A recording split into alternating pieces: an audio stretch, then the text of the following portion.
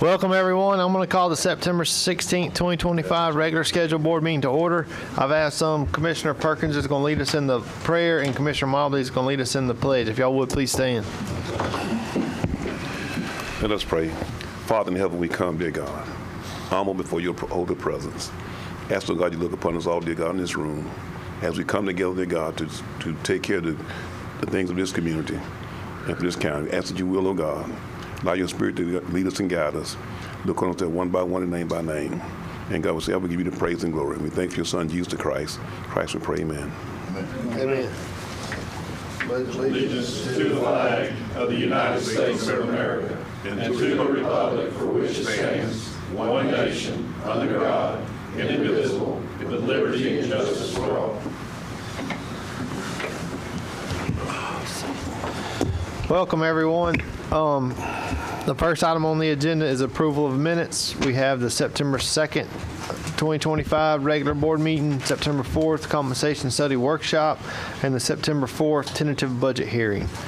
Any questions, comments, concerns, errors, omissions, corrections on those, or do I have a motion to approve? So moved. Motion by Commissioner Hale. Have a second by Commissioner Perkins. All in favor, aye. Aye. All opposed, same sign. Motion carries 5-0 on approval of the minutes. Before we get to public concerns and comments, Mr. Barry Baker had a death in his family. He has an item that he wants to discuss so that he can leave here a little bit earlier to get back to his family. So, Mr. Baker, we'll go with you. Okay. If it's all right, Mr. Chairman, I appreciate the courtesy. It's where that it's the end of the year. In our office, we are trying to prepare for that.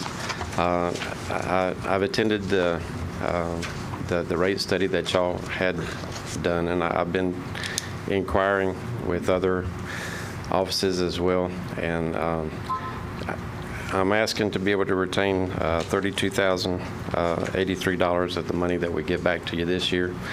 As for we still anticipate giving you back over $90,000 because we've had more revenues come in this year than we'd anticipated. But I'm asking to be able to use that $32,000 to take and do some salary adjustments, just because I see that I have I need to get my people where that they need to be, and this is something because of the courts side of my budget. This is something that I'm going to have to address in a couple of years, or over a couple of years, because I don't have the funding on the court side to address salary sideways. So just wanted to get your approval on that and just let you know it's where we are. Going to be returning over $90,000, it looks like, but it's where they just wanted approval to be able to use those funds to try and address some of the issues that I have in my office. So to be clear, you had roughly 110 to 115-ish, but you're asking to retain 32 of that to do some salary adjustments based from the study. We still have some expenses, but it's where that I think will come in to where even after this, I will be able to return about $90,000 to the board, and probably a little bit more, but just $90,000 is a good round number. I understand. Any of y'all have any questions for Mr. Baker in regards to his request? You said that those, Mr. Chairman? Mr. Perkins. That will be to bring the salary up. You said the salary adjustment. That's for everyone? Yes, sir. It doesn't address everyone, but it at least tries to get our bottom end to where it's compatible with other places, and it does a little bit of in trying to get others up along the way, but especially those at the bottom end, it would get those where that they're at least comparable. Yeah. Any other questions? I'm okay with. I mean, I'm okay with it. I think that every constitutional or department's going to have some adjustments, especially on the bottom end after we did the rate study, to make some adjustments to those. I try to be very tight with a taxpayer dollar, but I also need to be fair with my people as well. So. Well, I was going to say, Mr. Chairman. Yes, sir. Mr. Berry's always pretty tight, so I don't have an issue with it. His wife says the same thing. Mr. Chairman, I move that he use that $32,000 to compensate his salary in his office. Have a motion by Commissioner Perkins to approve Mr. Baker's request. A second by Commissioner White. All in favor, aye. Aye. All opposed, same sign. Motion carries. I know that this is Greg's last meeting, probably. It's Greg, I want to tell you it's been a pleasure working alongside of you, and I thank you for your integrity. Thank you. Appreciate it, Mr. Baker. Thank you, Mr. Baker. We're sorry to hear about the death in your family. Is there anything we can do to help you, let us know. Yes, sir. We'll move along back to the agenda so he could get out of here to go be with his family. Public concerns and comments, that's where we're at. Any members from the public present wishing to speak? Seeing, he always wants to go last. Go ahead, Oh, I do. As a matter of fact, I got You got some there? I got some here too. No, you can go ahead. Go ahead. I forgot I had some comment cards. Moses Klepper, 14581 102nd Path, Live Oak, here representing we the people of North Central Florida, addressing consent items 6 and 18. On item 6, we continue to question the $100,000 annual contract fee, but more so we question the $60,000 additional fee last year, the $10,000 or 10% increase in the basic $100,000 contract, and the $30,000 supplemental increase this year, which will be paid from quote unquote leftover funds from the current TDC budget. One could suspect this payout to be part of a money laundering scheme. Reminding you commissioners that the $30,000 additional payout last year, as well as the $40,000 additional payout to Madden Media this year, exceeds the average income per capita in Suwannee County. Why a 10% increase in the contract fee when inflation here was less than 3% in 2025? Again, do we have a situation here where we have to spend it or lose it? What's wrong with using some of those bid tax dollars to legally reduce some of Suwannee County's taxpayers' burden by using them for allowable springs improvements and other expenses instead of using general taxpayers' funds? The extravagant $1.1 million economic development budget equates to $21,000 a week or $92,000 a month burden on the taxpayers. When Jimmy Norris took over the Economic Development Department, the annual budget was less than $500,000 a year. The current budget is $600,000 more, or a 120% increase since he took over that department, which is unacceptable to us and should be to this commission as well. Item 18, Plum Level Construction was the lowest bid on this project by $5,000. If Plum Level is a qualified respondent, why is it that we are not moving to award them the project and save the taxpayers $5,000? Also, we noticed, well, done was 18, and I'm not expecting the answer. I get that. We ain't going to be answering these questions. We noticed that the county administrator's position is not posted on the county website, and question why not. Had some other stuff, but in respect of what's going on tonight, I'm going to pass. I'll provide this statement to the commissioners and the concerned party. Local government payrolls are out of control. Many exempt salaries positions have no cap.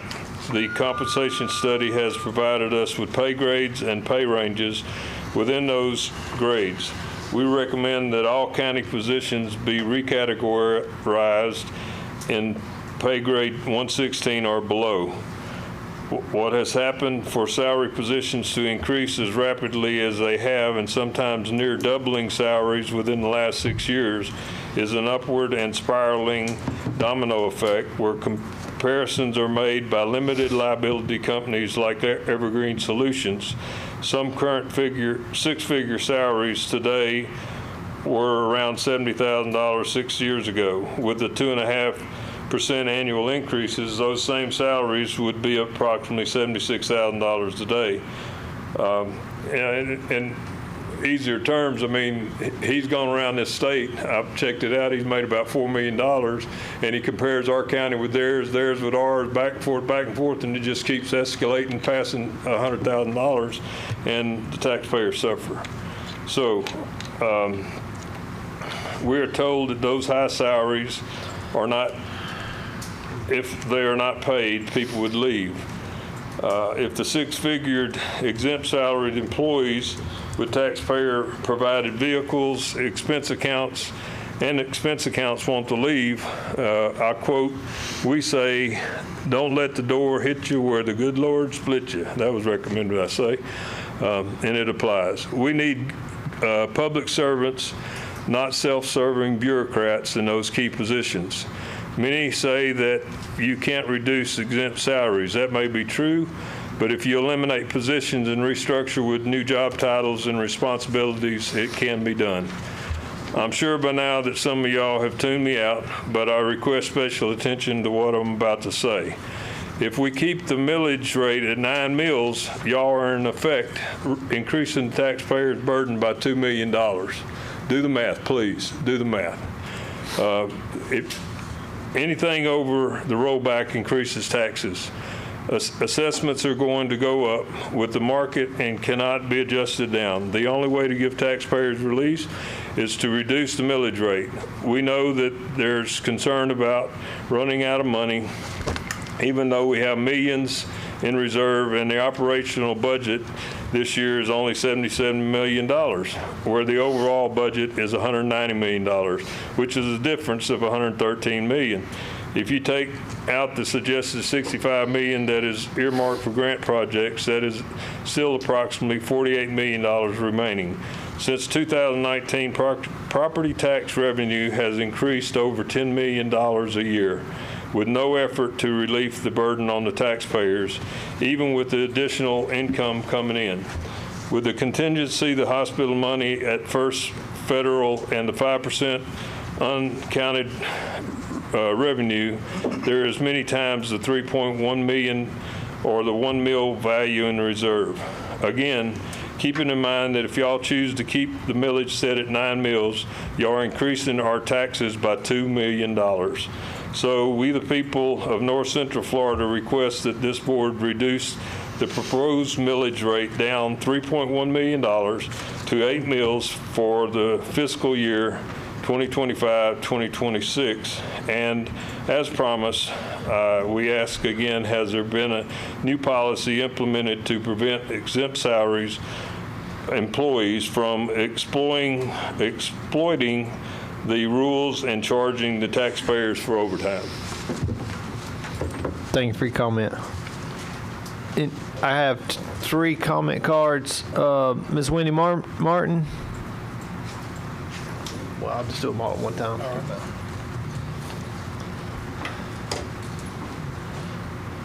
Welcome, ma'am. Name and address for the record. Wendy Martin at 15850 141st Road in McAlpin, Florida. I want to bring up the hearing you had earlier in the month. The attorney for the fabricator was a bit disingenuous when he stated he didn't know why pulp mills and lumber mills and refuse treatment and hospitals were under Department of Agriculture. North Florida has a lot of tree farmers, and pulp mills, lumber mills, turpentine, these are how they get their product to market.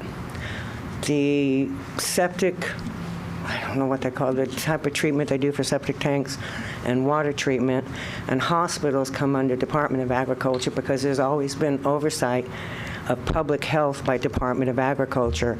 This designation was made decades before anybody in this room was born, and it's stayed that way. Hospitals, health departments, food stamps, Medicaid all come under Department of Agriculture because of the public health aspect. The other thing I want to bring up, a prominent politician in the last few weeks made the remark that he doesn't think domestic violence statutes should be considered in violent crime statutes. Spoken like a person who has not ever looked at a stat for anybody in a prison, be it state, federal, wherever. Domestic violence, Fred and I for more than 10 years have had an ad in there about how shelters have to beg for money. to even get a grant. If they want a $25,000 grant, they got to get $25,000 in donations before they can qualify for the grant. And now I understand why, because the ilk of that politician is what controls the budgets, what controls the funding, and it makes me question what the hell is going on with some of our more prominent members in government, that they think domestic violence is lesser. These kids that have been locked in closets and been beaten, they had a guy in Maryland set fire to the house to get rescued from his abuser of 20 years because nobody knew he was even around. And our prisons are filled with people that have either grew up being violated, whether physical, mental, sexual. Our prisons are filled with them. Or the people that had to defend themselves against that type of violence at home. If you want to get rid of some of the prisons and the population, we need to treat it where it starts, and it starts in the house and in after-school programs. Because half the kids that are joining gangs, it's not because home life sucks. It is because they don't have supervision. Mom and dad work a swing shift or work a graveyard shift. And if people that work 9 to 5 are having a hard time finding childcare, people working shift work have an even harder time. And there's been a big move lately to cut funding for programs that handle after-school programs like the Boys and Girls Club, Police Athletic Association, domestic violence and the treatment that the kids need to go through and that the victims need to go through. And while most of the victims are women, there's a good portion that are men also, but men are even more loathful about coming forward because they don't want people to know that, hey, a woman is beating up on me.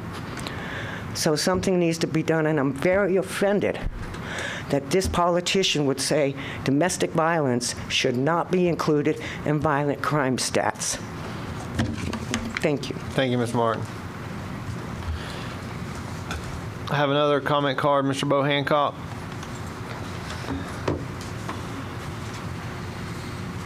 Name and address for the record, please, sir. You're not going to treat me like you treat everybody else? You didn't read it? It's down at the bottom. 6135 Wiggins Road, I'm sorry. Is that McAlpin or Live Oak or Brantford? Live Oak. All right, Live Oak. Hey, Lake City. two things. Number one, this goes back to the insurance issue that was on the last agenda, and y'all passed that. I don't know if Mr. Curl is here. He was. I don't see Mr. Bell. Okay. He was to be here and discuss, hopefully, this item. It has to do with Shannon Roberts.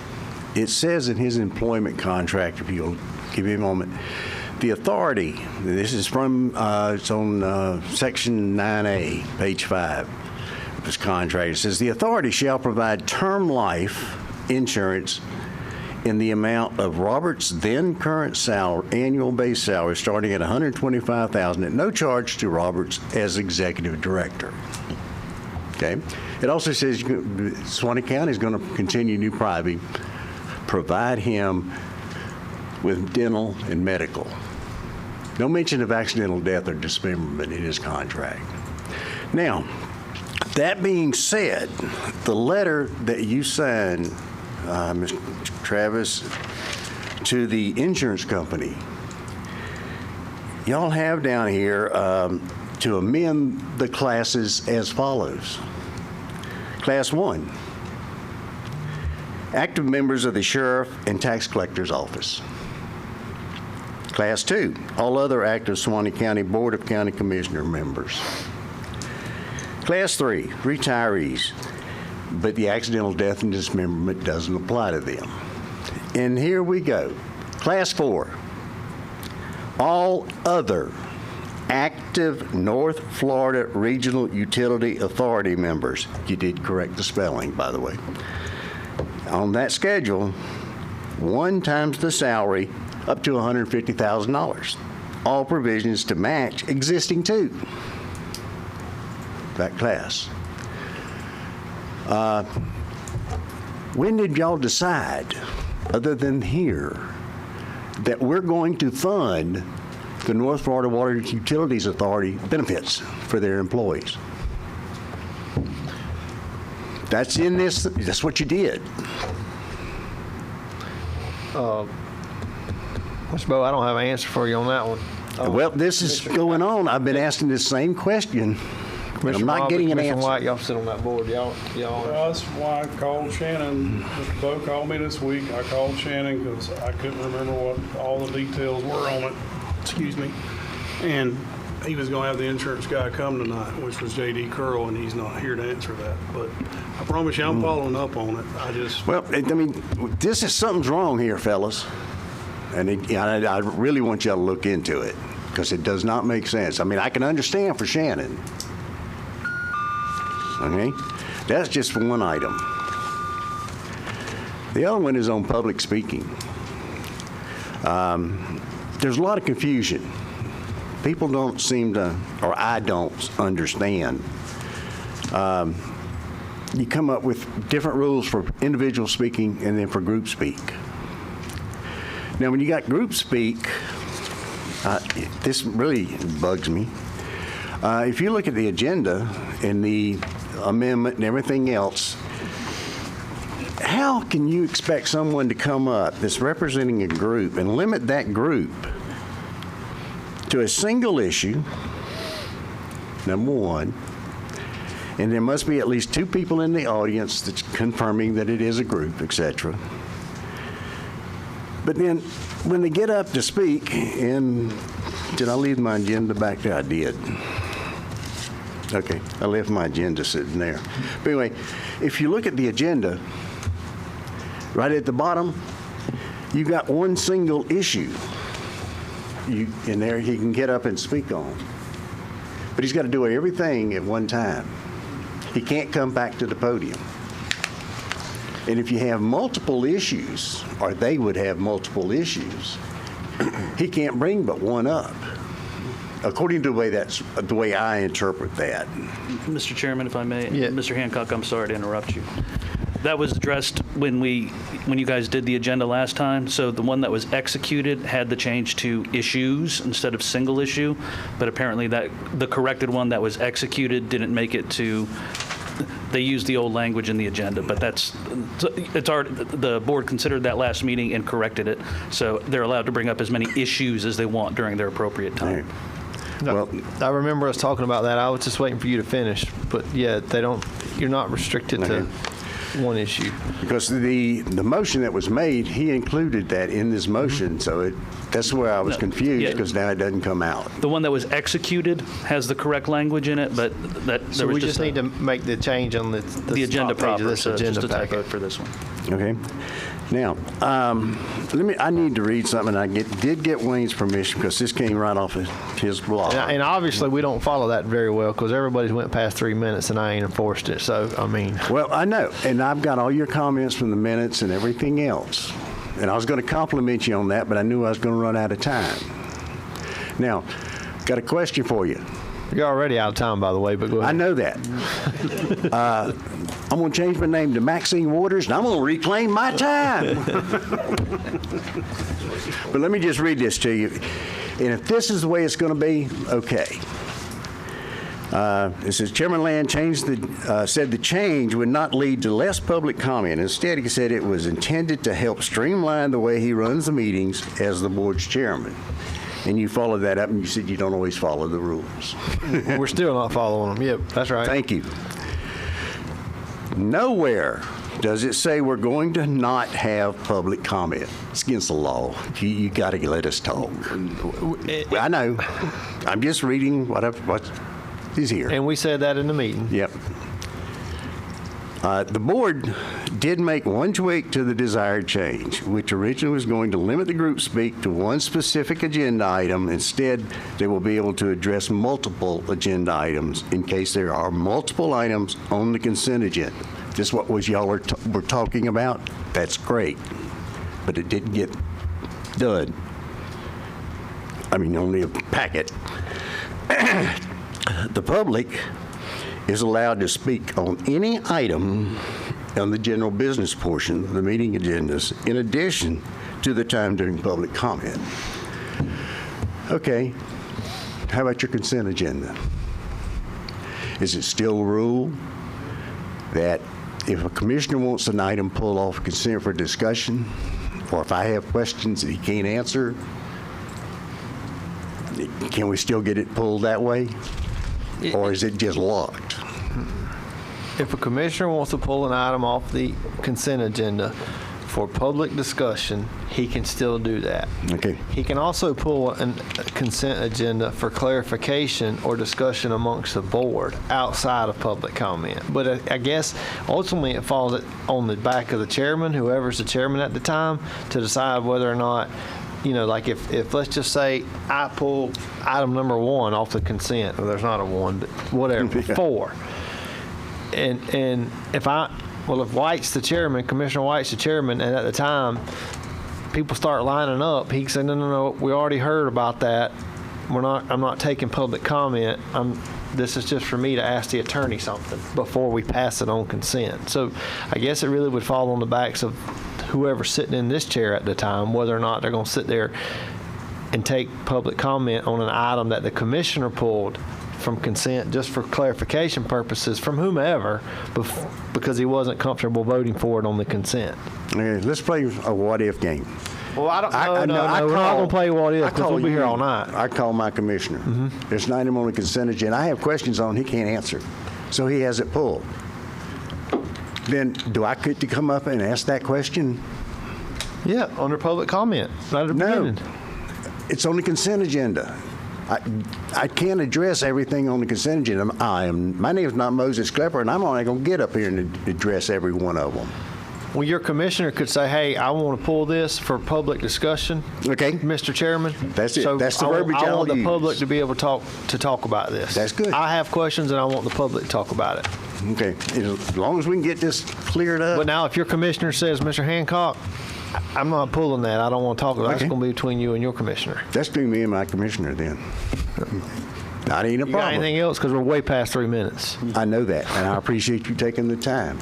But it's something we got to get clarified. We can't keep going like this. Every time something comes up, somebody makes you mad, you Well, change here we things. are. We're 30 minutes into a meeting, and we're still in public comment. So, here's what I would encourage members of the public.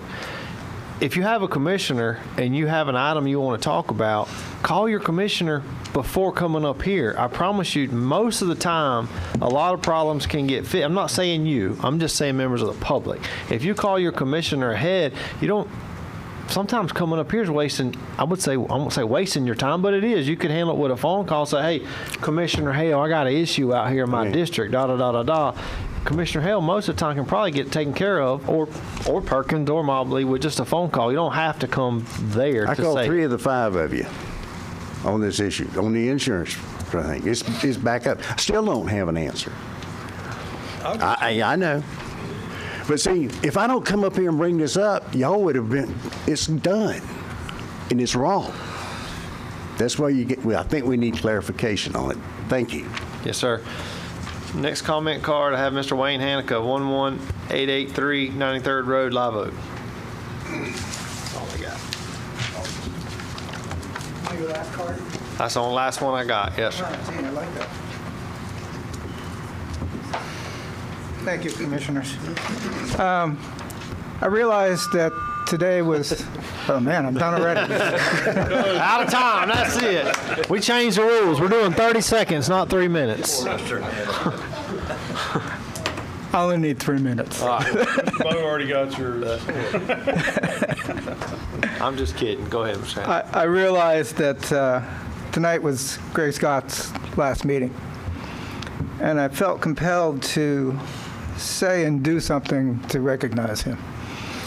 And on behalf of concerned citizens of North Florida, I have a letter from Mr. Scott.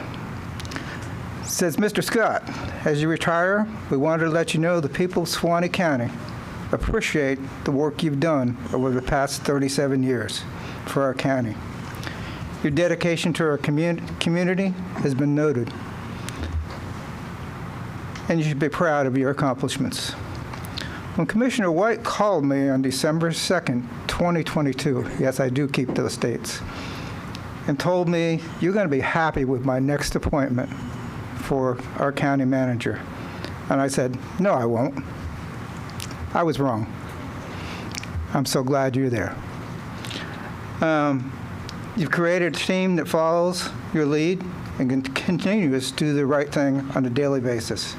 Every conversation we've had throughout the years has always ended with an acknowledgement of a team effort, never an individual.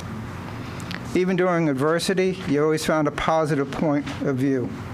During hurricanes, tornadoes, and many difficult times, your calm leadership has been a positive reflection of our county. We'll miss you at the helm of the county, but most of all, hope you'll enjoy your family and a long time life. Take care and God bless concerned citizens of North Florida. Thank you, Mr. Telecom. Thank you. Thank you, Mr. Anakin. Very nice.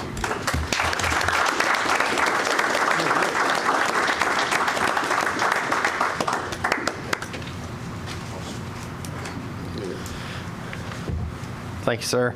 Anybody else from the public wishing to speak tonight? Mr. Lamb, may I? Yes, I'll sir. keep it under 3. Name and address for the record when you get there, please, sir. Yes, sir.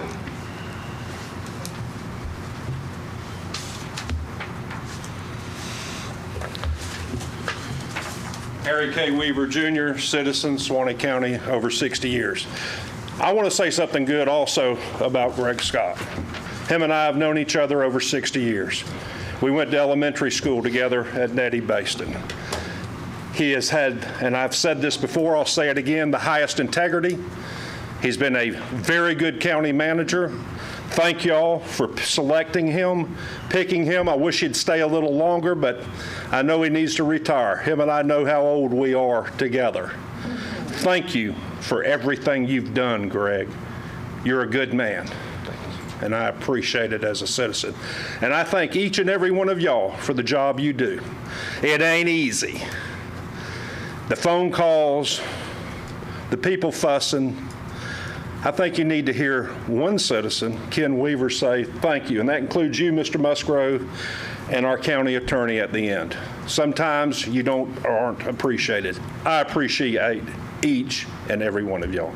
Thank you. Thank you, sir. Anyone else from the public wishing to speak? Seeing none, I will close public comment. Proclamations, and I don't have any. Next item is the consent agenda. We have items 2 through 19. I have number 8. I'm going to pull for discussion amongst the board members, specifically, and staff. I see Mr. Meeks back there. Mr. Meeks, I got a question on number 8. Are there any other items y'all need pulled? If not, do I have a motion to approve items 2 through 7 and 9 through 19? So moved. I have a motion to approve by Commissioner Perkins. Second by Commissioner Hale. All in favor, aye. Aye. All opposed, same sign. Motion carries 5-0. Number 8 is the approval of agreement with the North Central Florida Planning Council in the amount of $23,500 for local government comprehensive planning services for fiscal year 25-26. It's a budgeted item. Mr. Meeks, I didn't mean to put you on the spot. I meant to call you today to ask you this question, but time got away from me. Is there any opportunity for us to engage the Planning Council to look at updating our comprehensive plan and LDRs? I mean, can they engage us in that, or do we have to do like a third party private contractor? I mean, I don't think when is the last time that we updated our comp plan and LDRs, like thoroughly, not just one item or one topic? But when you update one thing, that is an update. That is an update. So, I understand. So the issue is when you have legislative changes that necessitate a required change in your comprehensive plan or your land use regulations, we address those then. Or if we have specific issues. Now, your comprehensive plan is kind of like your policy for the county. So if there's some policy within the comprehensive plan that this board feels like we need to look at, then we can address those. But there's never really been a policy change in the comprehensive plan that we've needed to address. Most everything that's come as an issue has been able to be addressed in the land development regulations. Workshops and everything that we've had with RV permits and things like that need to change. We'll have some changes potentially with subdivision processes and things like that moving forward. But the Regional Planning Council, that is a group that we have used. The Regional Planning Council was the group that originally helped the county create their comprehensive plan and land development regulations. And we've been a partner with them since the beginning. But if this board has something that specifically they want to look at addressing, then we can do that. I mean, through the years, we've addressed it through like the creation of different land use categories, employment centers, the way we grow those employment centers around the interstate interchanges. Those are all amendments to the plan. The last update, the total update that we'd done with the comprehensive plan was done around 2020, 2021, when we done our evaluation and appraisal report. So any changes that need to be modified and was outdated was updated when that plan was adopted by this board in like 2020, 21. So here's a discussion, I guess, amongst the board members. Here's what I see, and here's what I hear. So, I hear way more citizens saying, hey, we need to relook at how we're growing. We're growing too fast. And what I mean by growing, not necessarily business and commercial stuff, but you see these 40s and 80s getting, if they're on a paved road, they're getting chopped up into 5-acre lots, shared driveway, and they're leaving 10 in the back. And we all have land developers that live in our district and our constituents live in this county. I mean, that's how a lot of them make their living. But once you take an 80-acre tract and you bust it up into 5-acre lots, it'll never be an 80 again. And what I hear from a lot of the people that have been here a long time are we doing that right? Or is the ship getting away from us and it's happening too quickly? Commissioner Hale, you brought up impact fees to help offset that. So we're seeing, what I see is houses popping up, homes popping up everywhere. And that's a good thing, right? I mean, it's a good thing, but are we doing it? Is that the right way to do it? Am I making sense, guys? Like, I'm not trying to stop it, but are we doing it the smartest way that we can? And looking back 20 years from now. To sustain it, though, like I say with some of those impact fees, the needs that come along with that. And that's where I was going with that too, is like, so we're seeing there's a lot of these are minimal. The impacts are big, but the tax is minimal, or the assessment or whatever. So I bring it up because I saw that item. I was like, we've been talking about it. I've been hearing about it from citizens. How do we control it? I don't have the answer for that. I'm not saying we stop anything. I'm just saying, like, I'm hearing it a lot. Like, man, we got a lot of people moving in. And, I used to live on this, and I had 3 neighbors. Now I got 14 on my same road. I'm not saying me. I'm just saying I hear that from other people. That's a good problem to have, I guess, but and I'm going down a rabbit hole, but are we doing it the right way, or are we using the same playbook that we've had for the last 30 years, and do we need to look at that and maybe make some adjustments? Mr. Chairman, if I could offer something. If the board wants to make changes to the comprehensive plan or the LDRs, nothing's preventing the board from doing that, so long as we do so in a manner consistent with what's required. So the board always has the plenary power to make changes to what you're discussing. So if you guys come up with a policy, then we can do it through the appropriate means. Well, and our neighbors to the east, Columbia, they're currently going through one themselves with a private contractor that does it all across the state or country. I mean, they're doing a deep dive into what they have and then what their comp plan and LDRs allow, and I guess making recommendations. I haven't asked them, but I'm reading it online, reading it in the paper, making recommendations like, hey, if you want to see green space, maybe you need to do this. Or if you want more homes, maybe you need to open this up. Or, are there avenues to do more developments to where, like the PUD, the planned urban development, where there's smaller lots in the front, bigger lots in the back. Now that necessitates paved streets, right? Well, a developer don't want to put in a paved street anymore. And that's the thing, is we have that. We have that planned development in our regulations. There's not been a lot of people that have wanted to jump off on that. There's advantages to doing that. We even made amendments and changes. See, I think the misconception is because some other county is doing something that we should be doing something too. I feel like that from what I've seen is that we're not necessarily behind when it compares to other counties. I think a lot of other counties have had to catch up with some of the things that we've done, which is tip of the hat to you guys. You know what I mean? And previous boards that, have sat up here that we went through these workshops and we've handled some of these things. But, years ago, we even put in a density bonus to planned development divisions to help encourage developers that, hey, rather than getting a 1 dwelling unit per 5 acre overall density to this, we're going to give you a 25% density bonus. So for every 4 lots that you would have, you'd gain a lot. You know what I mean? So we even put those tools in the toolbox. We just don't have a lot of people that jump on it, because at the end of the day, when they go, okay, I may gain 4 lots through this development, it still costs a lot of money to lay asphalt.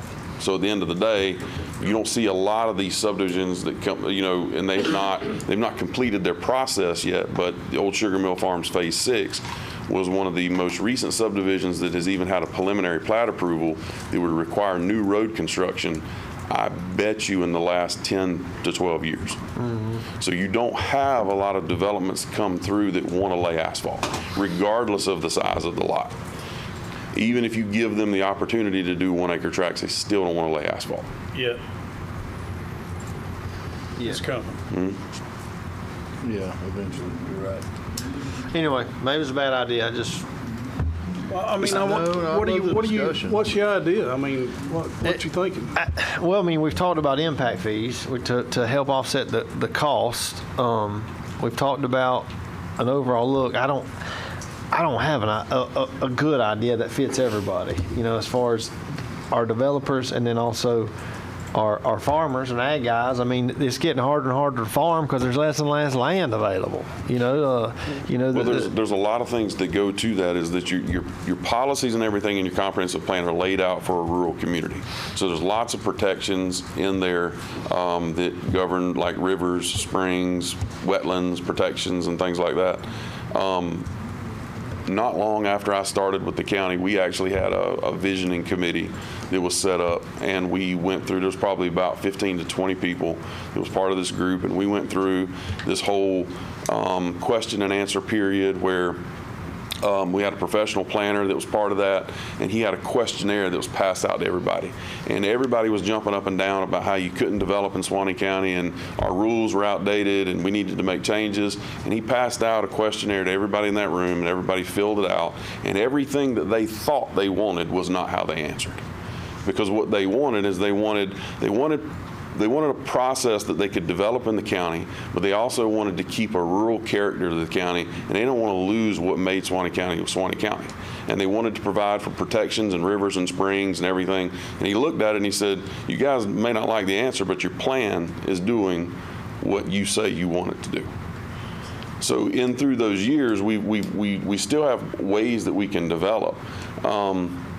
I think that we've been directed by this board to put in policies and procedures to help develop around our commercial interchange areas.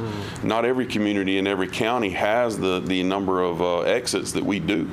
So, we've been able to try to focus our efforts, and this board has, with investments in utilities and things like that to do that. One thing that I do feel like that if we do look at something is that our utilities aren't going to pay for themselves unless we pick up users, all right? So we can't just sit back and wait for commercial development and stuff to just come in and be those users. If you want to look at something as far as your policy goes, then look at your policy and your comp plan and take advantage of what you've invested your money in, which is your utilities. So you have the 136 I-75 utility, you've got the utilities going on at I-10 and 90. Look at being able to do some residential development that's a higher density development in those areas that can support it. Because number one, when you submit plan changes, anything to do with development, they're going to want to know how are you going to fund it, how are you going to support that growth, So if we've invested in utilities, you want users on those utilities. So if we look at any plan changes, it should probably be looking at maybe expanding your commercial, expanding your residential, looking at your densities in the areas where you focused your investment, which is your utilities. Well, like at your employment centers and such as that. That's what I think that's in talking about it. I think that's mean, that's a great idea. So if we need to make some adjustments around those to where, I mean, I think DEP would love us for that because it's They don't. septic tanks. They don't want the septic tanks, and if you're answering your solution is your utilities, I mean that's how we pay for this thing, right? We've got you can't sit back and wait 10 years hoping business and business and business. You want business to come in and help reduce that tax rate, but you do need users on those utilities. Well, let me ask you this, Mr. Meeks, and other board members, y'all have a question too or comment. That's jump in at any time. But what is it do you recommend that we change there? Do we need some higher residential zoning amendments there to allow for lower density at those interchanges where they're supported by water and sewer infrastructure that's in place? We need to define those areas, right? So in the county, you have your designated urban development areas, which is around City of Live Oak, Town of Brantford, Welborn, and Dowling Park. Okay, so those are your urban development areas of the county. So you can, I don't think that you probably define them as urban development areas, but you define them as something else. All right, so we play off of the utilities that we've already advanced in. You're going to have utility expansion on 129 North as well. Now you do have an urban development area that goes out that way. Whether you look at expanding that urban development area or creating something else, but you've got potential growth of utilities that way. And you've got utilities that have been invested in already at 2 different interstate interchanges anyway. Typically your urban development areas do not grow until you show that your existing urban development areas have been built out. So when you have no more lands to develop within your urban areas, then you look at bumping those urban development lines. So what I'm looking at and what we probably should play off of is that how do we create like something that's delineated as something different to be able to capture a residential component into the areas where you can have these utilities service those.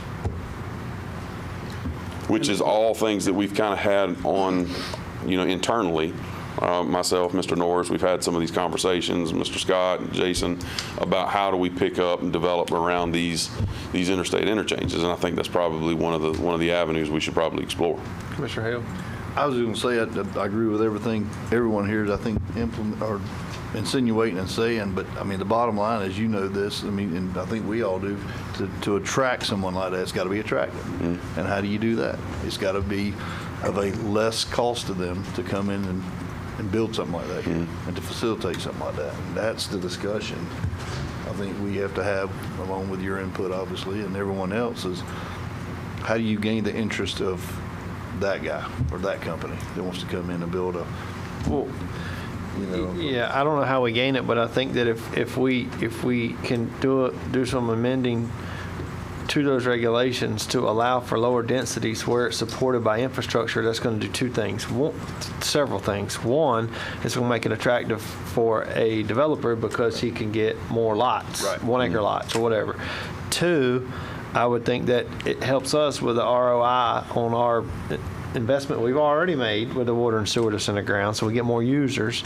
And then 3, hopefully, indirectly, it would slow down some of the agricultural area where these folks are like, man, I don't have to go buy 5 anymore in Suwannee County. I can go out here and buy 1 and live there. Yeah, I get a water and sewer bill every month, but I don't have to buy or maintain 5 acres anymore. I just get to buy 1. Anyway. In the employment centers, we do have some residential components there, but those residential components were put in place to help facilitate housing needs for the employees within that employment center. That may not necessarily be what we need in order to make the residential component to grow. With the availability of utilities, you don't just limit it to single family. So it opens up the opportunities that you can do multifamily housing, apartment or duplex style developments within a smaller confined space, and then be able, because anytime you have a multifamily structure, you're going to have to support it with water and sewer utilities. So yeah, I mean, that's certainly something we can look at doing. We can have those conversations, and it's just, I mean, I need to know the ideas of the direction the board would like to go, so we can bring something and we can start working on something. I don't want to waste time on something that's not what this board wants to do, and I don't want to do anything that kind of changes the character of Suwannee County, because I think that those areas that we look at, as long as we control the growth, we focus those growth, it doesn't allow the haphazard development throughout the county, right? It puts it in the areas where you've already invested the money. I think that's the direction that I would like for us to go, and I think it does a lot more good than bad in redirecting that focus to those areas. So I don't know what you need or where you go from there, but I'm in support of that. Commissioner Perkins. That's all sounds good, and I think we should to use those systems you have out there, wastewater treatment and water plants. How do we set a balance to how much residential you're going to be able to put in and commercial, and then with lift station, all that being there to move that. We're able to calculate that based off what size facilities you have. There's capacity usages for your utility, right? So there's numbers. I don't know what those numbers are, but we can get those numbers as to when you grow beyond a certain capacity, because once you get to, I believe, 75%, or you get to 75% of your capacity, you got to look at expansion. So we got to know, like, what are your heavy users? Like when you get, if you can handle X number of residential units and certain amount of square footage for commercial or industrial type usage, at what point in time do you get to a capacity where that utility needs to be expanded? So if you know those, then you can calculate that into acreage, and you can kind of look at these areas and say, we want to identify these areas as where we can maybe focus some of this higher density stuff that you can do this development. One of the things that you run into when you're like at the 136 and I-75 interchange is that as the further north you go, you do encounter a lot of flood zones there. So you probably would want to look at making some concessions to have people develop in more of the areas that are not in a floodplain. You know what I mean? And try to. That way you leave the environmental stuff alone. You don't even, because then you start elevating structures, and then it makes no sense to give higher density in those areas because some of those properties become impassable. So we want to take the properties that are good and higher above their elevation and more developable, and then give them opportunities maybe to provide higher density residential in those areas. Okay. Now, with the existing homes that's there now, let's say we expanded down at the Cali site, and those homes that's there, how do we get those people to connect to that system?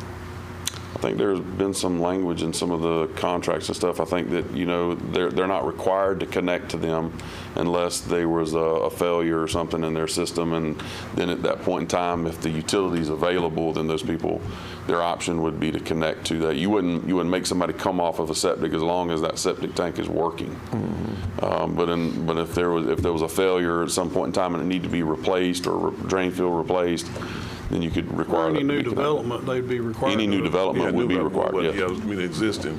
Yeah, okay. Your policy is kind of already set up in your comprehensive plan about that now. You just don't have the land use to allow it, right? Mm-hmm. So there is language that talks about, like, when a utility becomes available within a specific distance, that you should be required to connect to that. Well, okay.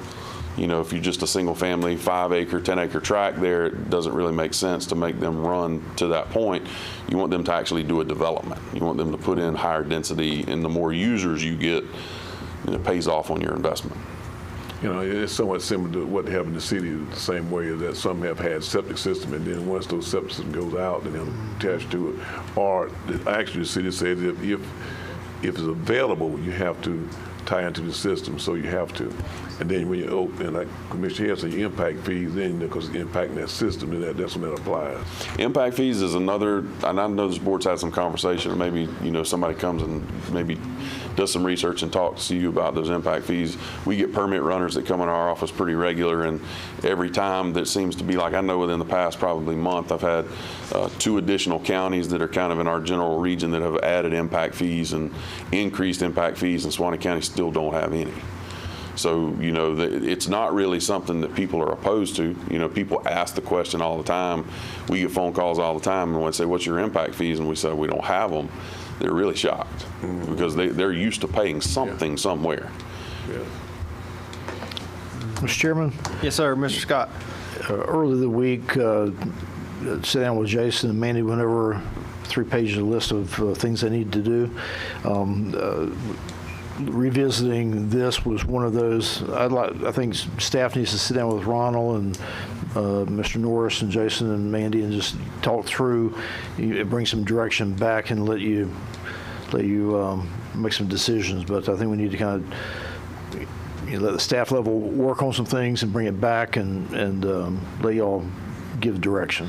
Yeah, no, I agree with that, and I didn't mean to bring it up the night off the cuff, but I've been thinking about it now for several months, and I think we've all talked about it several times, and this agenda item kind of made the light bulb go back off in my head. It's like, I need to circle back to that. So I guess if you want to sit down with some other staff members, Mr. Meeks, I'd really appreciate it. I think the rest of the board would too, and come back with some areas in those regulations where we could make some adjustments to help generate some interest along those interchanges at those utilities. That'd be good. Y'all good with that?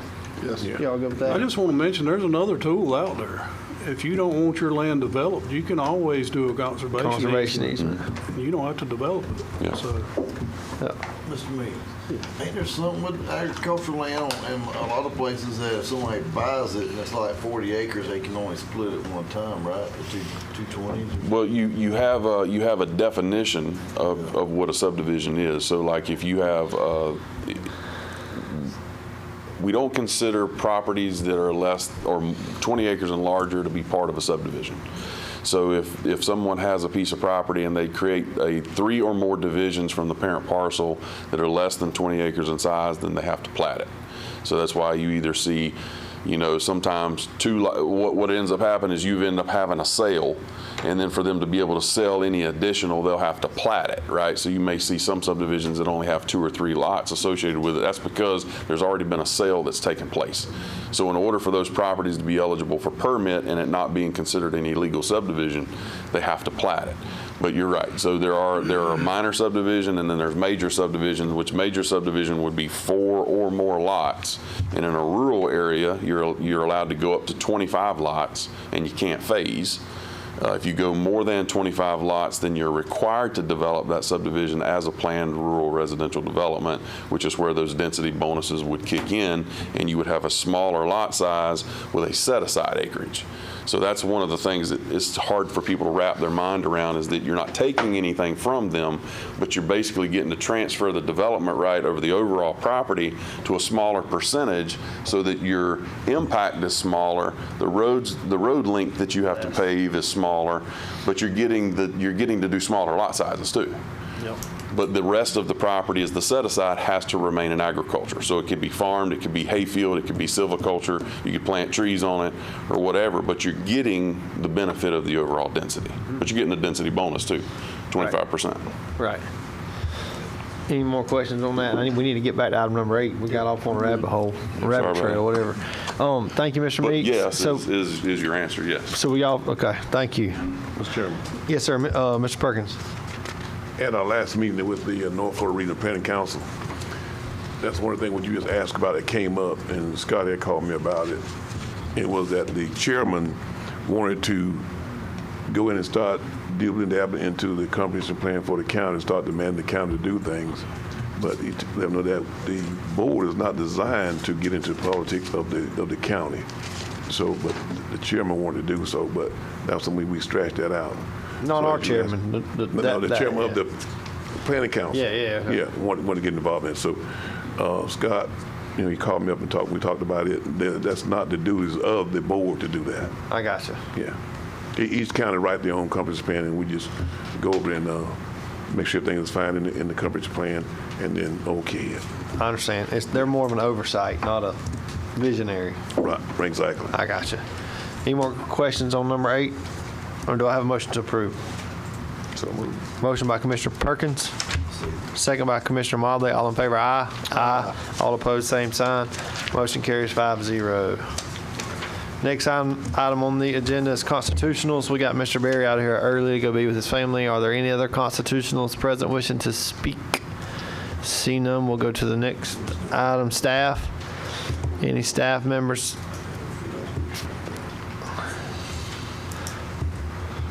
Mr. Furry. Thank you, sir. Just be brief, a couple project updates, and first just wanted to mention that I had the pleasure, I think, of going out of town with Mr. Norris and Mr. Franklin, Commissioner Franklin, I will never do that again without Carissa. I promise you. Wrangling these guys up around D.C. was a challenge. Take their phones, because I was getting messages, I was getting things sent We to ran me. into several people that knew you, Mr. Perkins. You're up there so much, I guess, that they ask us about you. for him on the billboard somewhere. Be quiet. But no, we had a good trip. You know, as our first, we obviously have our state lobbying efforts that Mr. Norris kind of spearheads and all you guys are heavily involved in. But venturing up to D.C. to try to get some federal money, visited with our senator, staff, and our congresswoman. So had some good meetings, started to build some relationships and just kind of develop that, let them know what our needs are.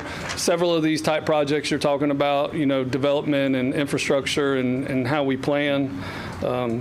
You know, they don't do appropriations like the state level does, but they can put us in touch with the agencies and help push grants through and get some plus-ups and some additional funding. So anyway, it's a little different up there than it is at the state level, but we got our feet wet and we're learning that process. And so maybe one of you guys can go. They recommend we go a couple times a year, stay in front of them, remind them what we're doing, what we need. And so anyway, just kind of keep that in the back of your mind. If you want to go up there the next trip, we can arrange that. So a good trip, very good. Said sign him up. Who's that, Perkins Okay, said sign Mr. him Perkins. You and Mandy and Carissa can go next time. And Leo. Just one. Just one. Oh, that's true. One commissioner. Thank you. Thank you. Just some project updates real quick. We, I can't even read my own handwriting. It's kind of like Mr. Scott. I am working on the hayfield lease. I know we sent somebody out there, and I think Brenda had sent an update today. The tank's caved in. There's some issues with the motor. It can be repaired, but we've got some work to do on that before we turn that over to somebody or we let them do it as is. But we're following up on what we need to do to get that pivot running and see what that looks like and try to get some bid specs out there, you know, to the public. So. Mr. Ferry, on that, I would think before we spend the money, get it up and going, let's find out what is wrong with it and what that number looks like before we spend it. And then if it's minimal, then I'd say as is. Yeah. Here's the problem. This contractor has whatever. This is what they said it'll take to get it fixed. As is, let them fix it. Because some of these guys can fix it themselves. I was going to say, I agree. Sure. They have the knowledge. That's right. Yeah, and that's what we're doing, trying to get an assessment of what it looks like. But just a couple of the multi-purpose community facilities. You know, we got those 3 grants. We actually got 4. One of them was through Department of State, but we're progressing along with those design builds. I think we're at like 75% for the civil plans, 95% or 90% on the architecture. We should get started within the next month, around the 1st of November, on actually, you know, moving some dirt and seeing some progress at those sites. So that'll, you know, tearing down John Hale Park. We'll be getting with the county staff. Brenda probably doesn't know yet, but we'll need some help from Charlie. Likes to do that kind of work. So we'll demo the old rec center, John Hale Park, and you'll save the bricks. We're going to save some bricks. Yes, sir. Yes, sir. Some historical bricks there. Sell some. And then Sell some. get started down on the one in Branford as well. So we'll keep you up to date there. We did get some additional money from the state that some other folks had turned in. So we got an additional, I think, $1.8 million we can split up between those 3 buildings. No. That all went to District 5. Oh, it all went to Branford. I must have missed that. Commissioner White, behave. I'm glad you missed it. The COVID isolation building, same thing. We should be getting all these projects, you know, the grant deadline next year for the ARPA funding. So they're all kind of going at the same time, but we should get started around the middle of October on that building. It was over budget. Again, the state came through with some additional funding. I think Mr. Norris was instrumental talking to Secretary Kelly and getting that pushed through. So we've already approved that amendment. 68th Street, I believe Anderson, I think 1st of October, right? 1st or 2nd is their start date out there. We'll be working with the city on that, with the utilities and then repaving that road. The water tower, that was a conversation up at the federal in D.C. about that, trying to get some funds. Nothing's easy, I swear. But, you know, DOT has a parcel. We're working on getting that. We can't apply until we have ownership and site control of the parcel. there's 100 hoops to jump through because it's DOT and federal highways involved, and so we're doing a workaround. We can get a letter from DOT approving that they will give it to us eventually once we get through those, hoops. This property out here we're talking? At the Catalyst site, yeah. Yeah, it's not a problem, it's just red tape. So we mentioned that to the staff in DC, and they're going to help us make some phone calls when we need it. But we're moving along with that. You approved tonight. Miller Lake's going to help us write the application. The federal application's a little bit different than what we typically do, but they're going to help walk us through that. And hopefully we'll get $3.5 million or so to finish that, to get that water tower started. We're going to go ahead and start on the design with the funding we have. That'll be the match in the design, and then the rest of it will be to construct. So moving forward on that. I guess lastly is the wastewater treatment plant. And again, nothing's easy. So I've got what was our bet, Mr. Bowe? A date at Scoops Ice Cream? Yeah, he bet me we can't finish this project. So anyway, we're going to complete this wastewater treatment plant if it's the last thing I do, just for Mr. Bowe. But just a couple things on that. We have a couple special called meetings coming up the next 2 Mondays, and the purpose of that is just timing is of the essence on this. Again, a hard ARPA deadline with Commerce. And so we can't wait even a week to award at the first meeting in October. So we're going to have a couple special called meetings to award those contracts. One of them will be for the contractor. The other two are for the RFPs for equipment. Kind of a side note on the equipment. One of them, I forget, it's a generator. I'm trying to remember. I get all this electrical. Electrical, yeah, thank you, Tori. The electrical components, we got no bids on. So obviously we don't have time to rebid this project. We're working through some options. We're more than likely next week going to come back with, like we did with Veolia, on the direct purchase from the manufacturer on the actual biomembrane plant of the treatment facility, and do a direct purchase for those electrical components as well. I don't know why anybody didn't bid on it, but if you look at the plans and specs on the electrical, it's like Greek. So we're trying to work through with the engineers, and is there a local person that can do it? Is there anybody that can do it? So just letting you be aware, we're going to bring that back to you next week with some different options. We're going to have to, I assume we're going to have to waive purchasing policy and standard procedure to try to get those components. So. And what was the other thing on that? I think that was it. We'll award the contractor on the 29th. We did have to extend the bid a week to allow them some more time. Again, that whole project's just been compressed and condensed. It's a 3-year project we're trying to get done in 12, 14, 16 months, 18 months. So we're working through it. Staff's working hard on that. The engineers are working hard on that, the consultants, to make this happen. And just kind of a quick update if anybody has any questions from the public or from you guys or any other projects that I didn't mention, but that's kind of where we're at. Any questions for Mr. Ferry? Sure. Yes, sir. Commissioner Perkins. You said that the electrical that was on the EOC building, and you weren't able to get any contractors for that? On the EOC? No, it was on the wastewater treatment plant. Okay, okay. All right. Also, the Douglas Center. Where we're looking on that? The Douglas Center, we got about 90% plans done. I think I sent it back because we need to put a fire suppression system in there, sprinklers, and so they had to redraw those. They weren't included originally. So as soon as I get those back, that should be going out to bid within the next month, I would say. We have the water supply to support that? According to the city, we do, yes, sir. Okay. Good. Thanks, sir. Good. All right. Anybody else? All right. Thank you, Mr. Ferry. Thank you. Thanks for the update. Any other staff wishing to speak? Commissioner items. Any commissioner items? I don't think I have any. I have some. I'm going to wait till our next meeting. I think I have some on that next week, but not. Okay.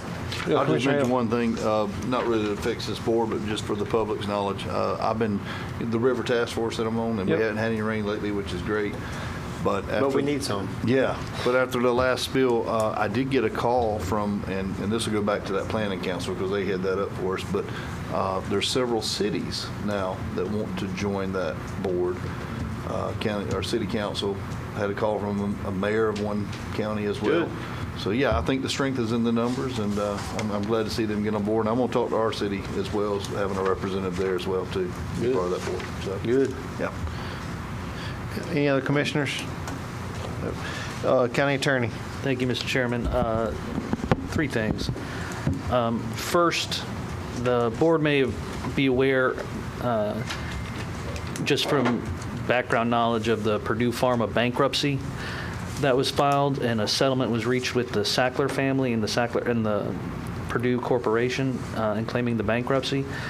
Not this board, but many previous boards ago authorized getting involved in opioid litigation. That's part of what's allowed the county to have some of the funding that we've done through our fire department.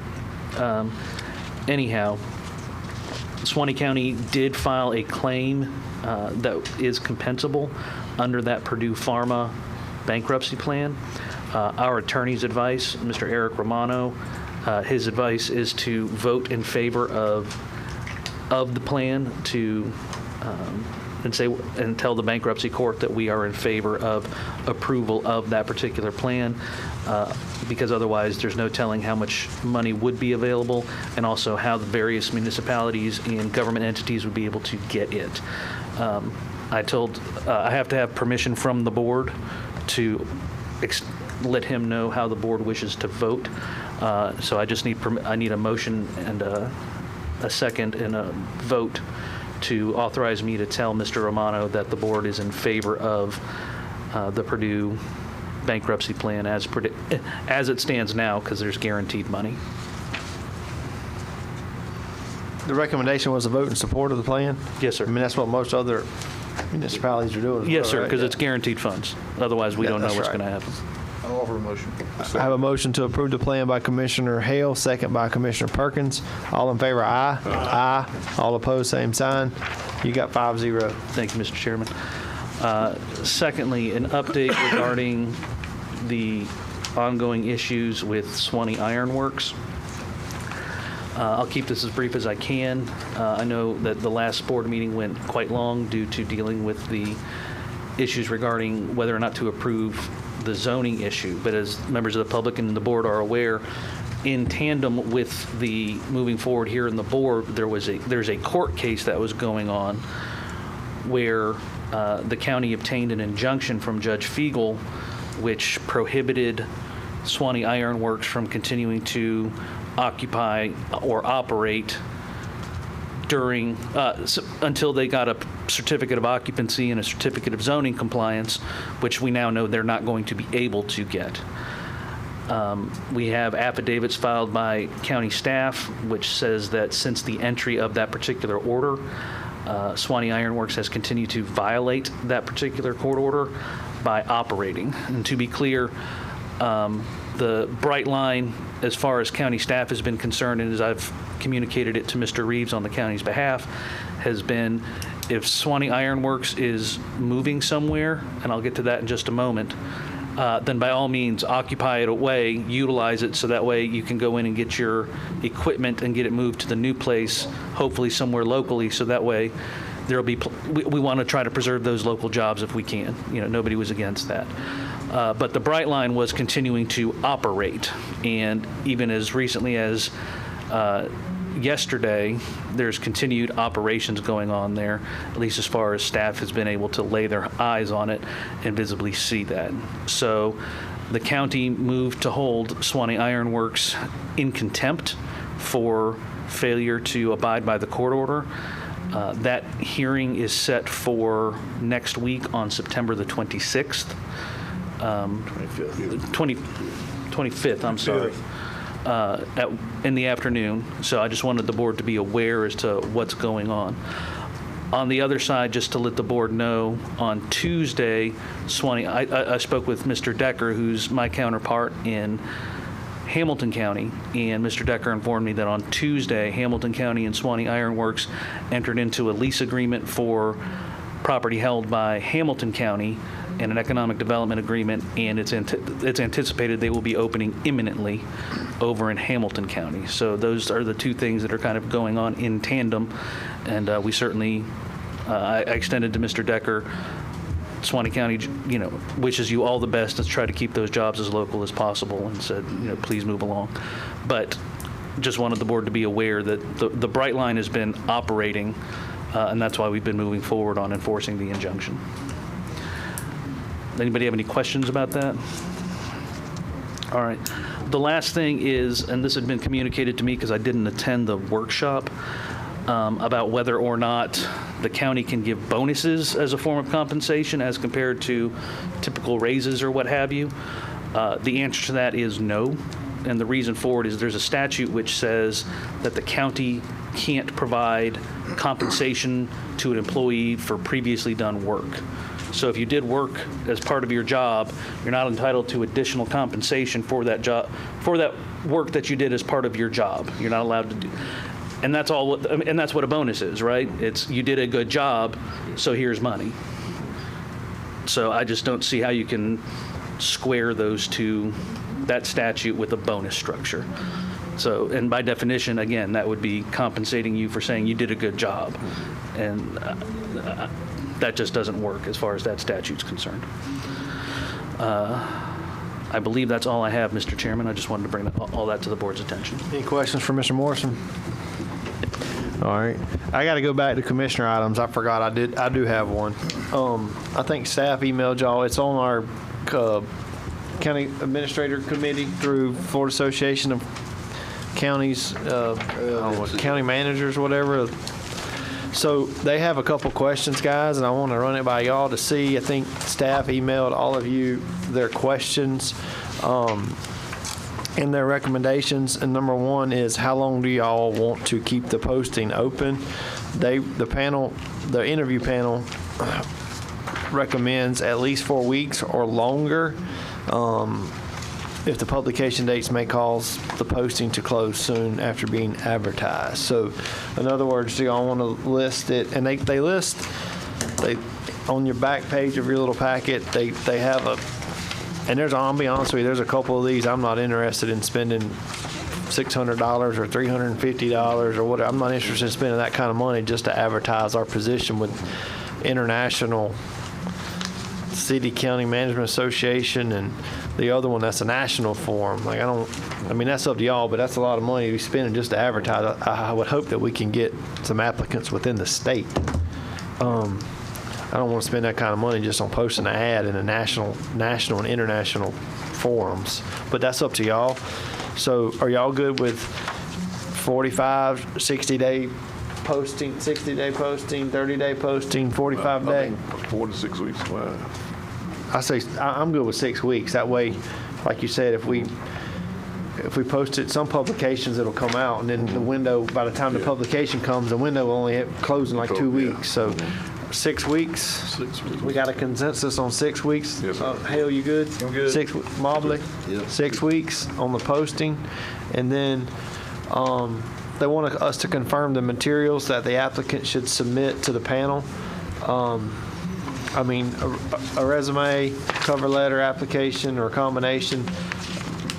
That's up to y'all. I don't know why we need an application, but definitely like a cover letter explaining a little bit about themselves and a resume, I would think would be a necessity, and do the application if they're one of the ones selected. But Mr. Scott, you might have done this time I too. recommend an application also. Also? Yeah, just to be consistent. So all three, resume, cover letter, and the application? Okay, we got consensus on that, all three? Yes. Okay.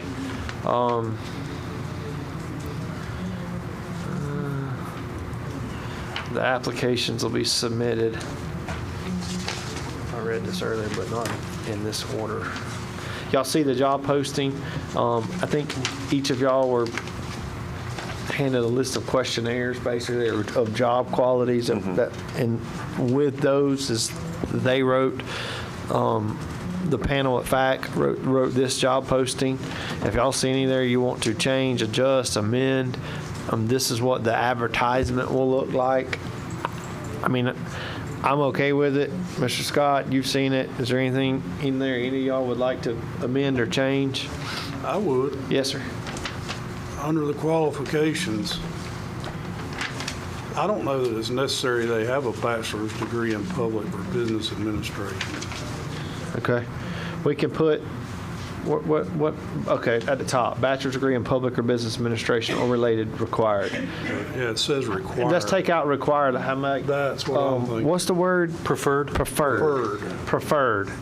So we will amend that to preferred, but not required. Okay?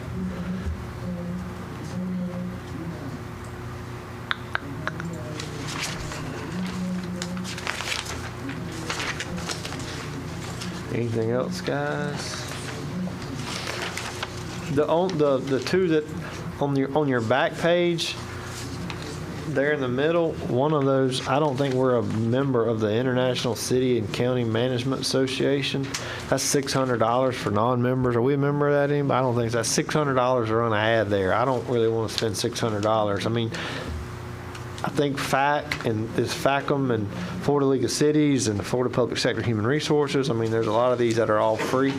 Well, one's $75, but I'm okay with that one. But the 600 and the other one right below it's $350. I mean, you're talking about $1,000 just to advertise. Before we start spending a bunch of money on advertising, I'd rather just do the free ones and see what happens before we just jump out there and spend those. Are y'all good with that? What's that, Chair? On the back page, the sites that they recommended, before we spend $600, and then the one below that's $350 for 30 days. Before we spend that kind of money, let's see what we get on the. Well, FAC, Florida Association of Counties charges $75. I'm okay with that one, but the other ones that are that kind of money, I don't really want that kind of money until we see what we get. Right. All right, so I got consensus on that. Sure. Mr. Chairman, there's several places in there where it's calling for that bachelor's degree.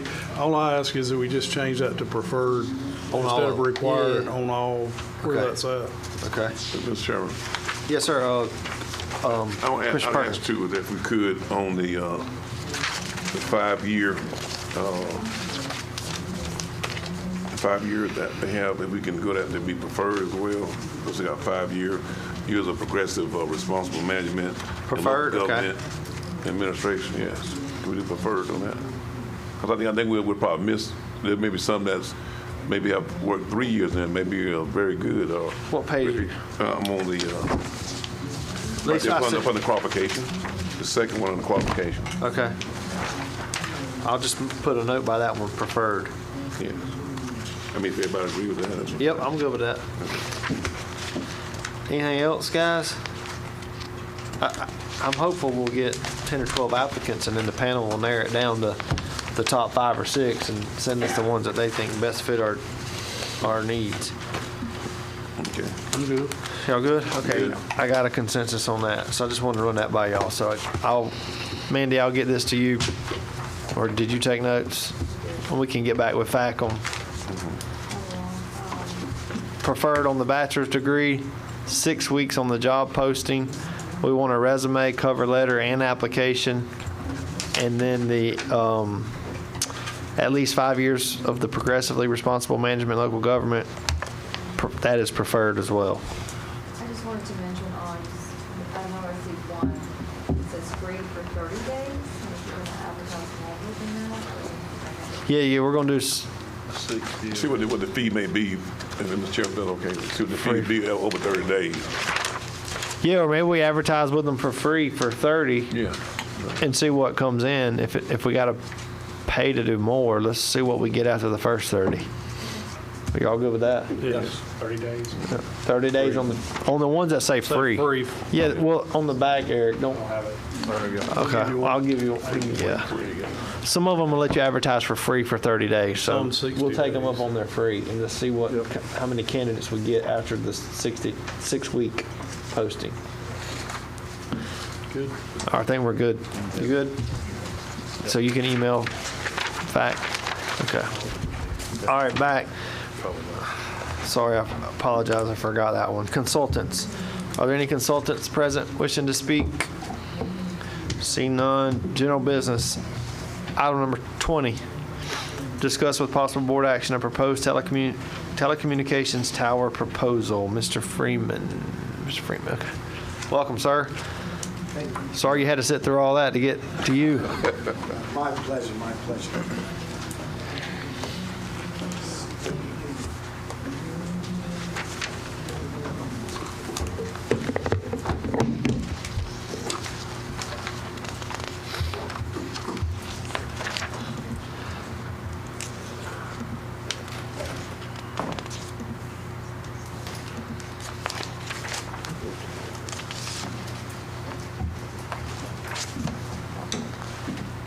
Right, good evening. My name is Gary Freeman. I am with All Pro Consulting Group in Dallas, Texas, 9221 Lyndon Baines Johnson Freeway, Suite 204, Dallas 75243. The reason that I'm here today is I'm representing Tillman Infrastructure. Tillman Infrastructure is a telecommunications tower builder, and they are looking to build a new tower here in the Live Oak area. I will go through a quick presentation that has some details about what we're trying to do, the area we're trying to cover, and potentially the market or the penetration of what will be the end result of this of the new tower should it be allowed. So it's about 15, 20 slides, and I'll kind of walk you through each set. Points of discussion, what we'll talk about is, of course, who Tillman Infrastructure is, the benefits of the tower, the coverage that is currently there, and the coverage that and the target area that we're trying to propose. The proposed site, where we're actually going to be building it, and what that site would potentially look like. The lease proposal, some of the basic terms of the lease that we are proposing to the committee, and some of the zoning ordinances or issues that are associated with it, or kind of a really high level when we're talking about these zoning issues. And then the next steps. What would happen if the site would be allowed to be constructed, how long it would take, and kind of how we would kind of methodically move through the construction or the pre-construction and construction of that site. Who is Tillman Infrastructure? Tillman Infrastructure specializes in what we call BTS, or build-to-suit or sites. What they do is a company like AT&T or T-Mobile or Verizon will approach them and say, hey, we need to expand our coverage in this particular area. And they will go out, they hire, as a consultant, they come out, they hire us, All Pro, to actually scout the area to try to find willing landowners to build that particular tower. Right now, they have about 1,000 sites across the U.S. and about 2,500 managed sites. Those are rooftops and other that are not necessarily towers, but where they co-locate on top of buildings such as high rises and whatnot. They partner with carriers such as, like I said, T-Mobile, Verizon, Boost. I also partner with municipalities, so if there was an emergency system that needed a tower structure, they could actually construct that tower or allow the city to co-locate for emergency purposes on those sites as well, and on private sectors should that arise, like a cable company or somebody, that's satellite company. Well, what is the benefit? Increase number of covered POPs, which that means population. So the number of people that are covered in a particular area, that's the target. They're trying to increase the market penetration for this particular area. Increase capacity for higher data transfer. So basically how it works is the number of people that are on a network will determine how fast your data transfer is working. So, for instance, if there are 500 people on Facebook at the same time, then the speeds are slower. If they're split between two towers, and there may be 250 people per tower, so the speeds are going to be faster. So that's why you see the total. You'll see the total increase in data transfer. Increase in coverage overlap in high traffic areas or special event areas. This particular area that we're focusing on actually has an event center there, and so those high traffic in those where they're hosting special events, high traffic times, it actually helps to increase coverage during those times. Increase in building coverage.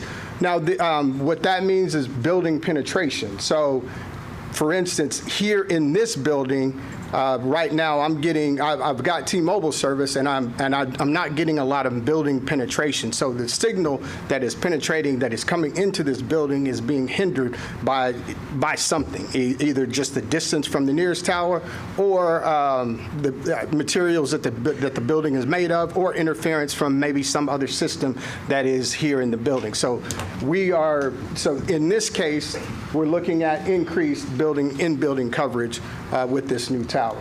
And strengthens emergency network. Again, if the county or the city or anyone else wanted to co-locate on that tower for their emergency network purposes, you have that opportunity to do so.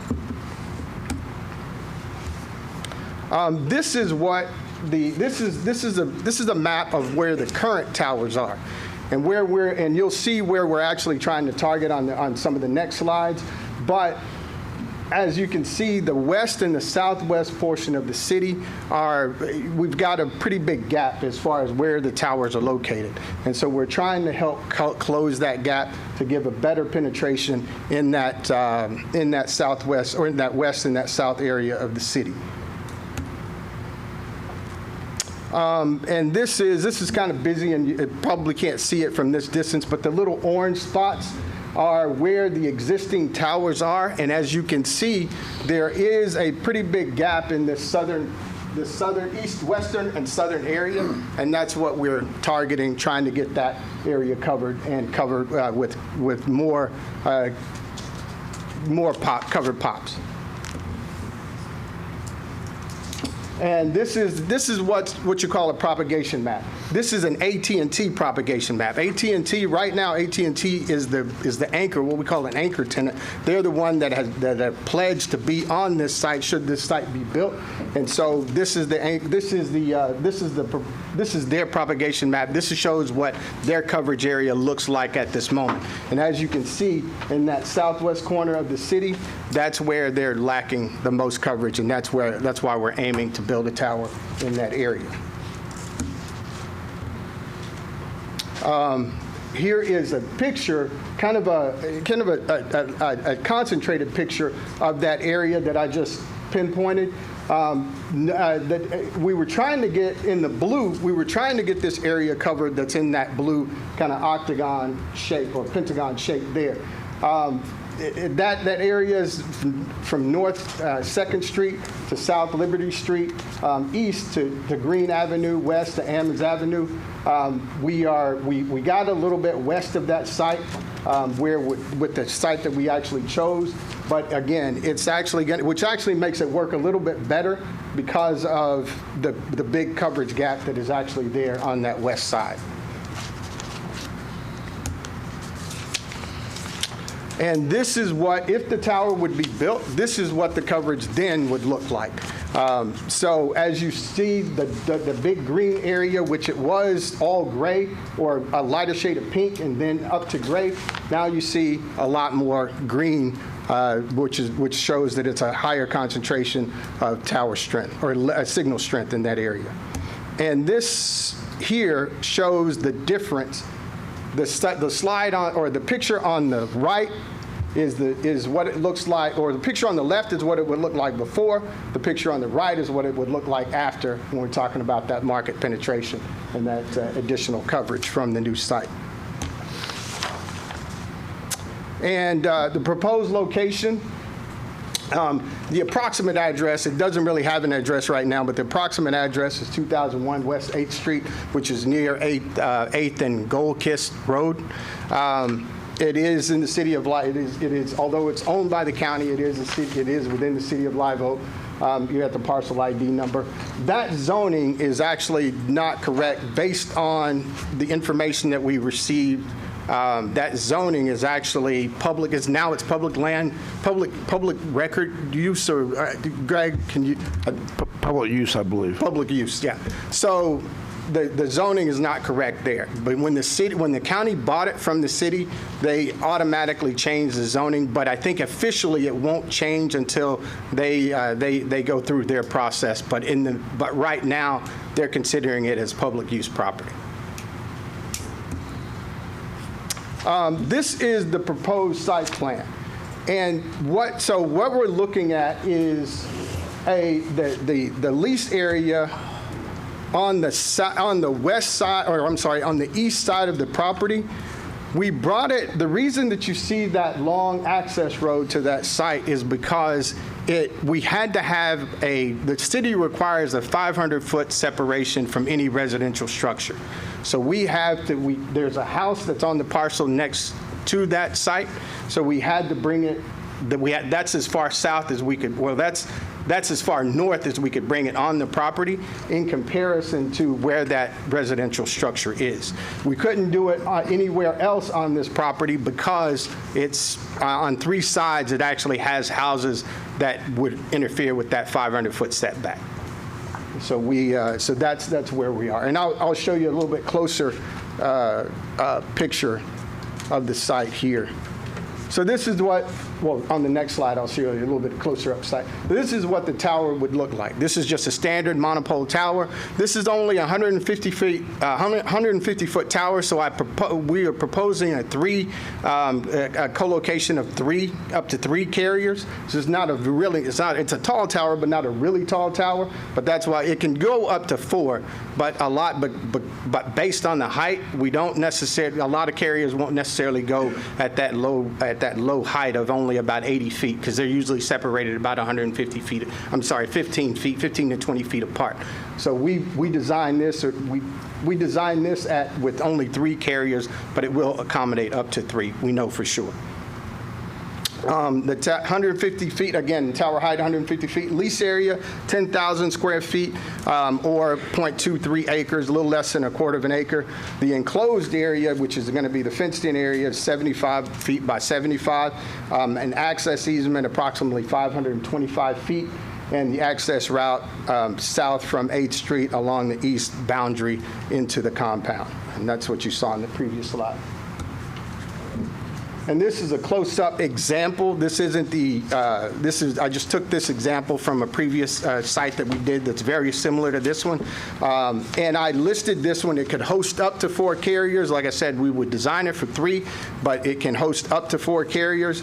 Includes a platform and shelter installation for up to 4 carriers. It can accommodate generators, which is required in the state of Florida. I think every cell phone site has to have generators. Every carrier has to have generators on site. Includes grounding for towers and platforms. They will have a gravel base as well as a gravel drive up to the compound, and plus either 6 or 8 foot fencing. Just depends on what zoning.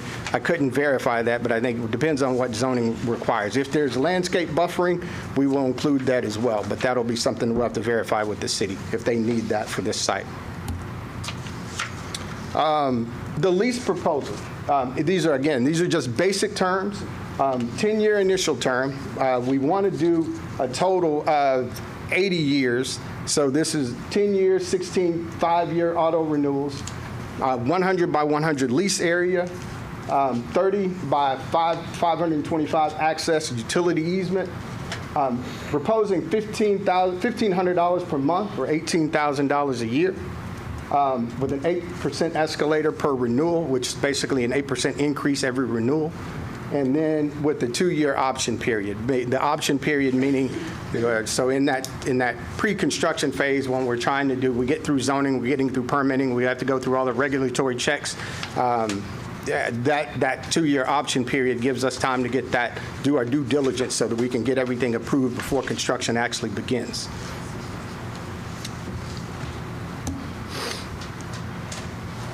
And these are minor zoning requirements. City of Live Oak Development Manager George Curtis favors the location. The City of Live Oak Comprehensive Plan requires all government properties to have a public land use assignment. The land use for this parcel was changed to public in 2023, so that's what we were referring to earlier. The other 3 points, basically it just says that they want to make sure that we have every effort to locate it in a non-residential area. In this case, it's non-residential, it's public, and so we meet those standards. and it has to be a minimum distance of 500 feet from all residential structures. For some reason, that didn't print out, but that actually stands, that's supposed to read 500 feet from all residential structures. And this is what this is the zoning map. Again, it really doesn't. It's not the zoning map. The area isn't updated correctly on the zoning map, so it still shows residential multifamily 1, but it actually is public use for where that tower is being built.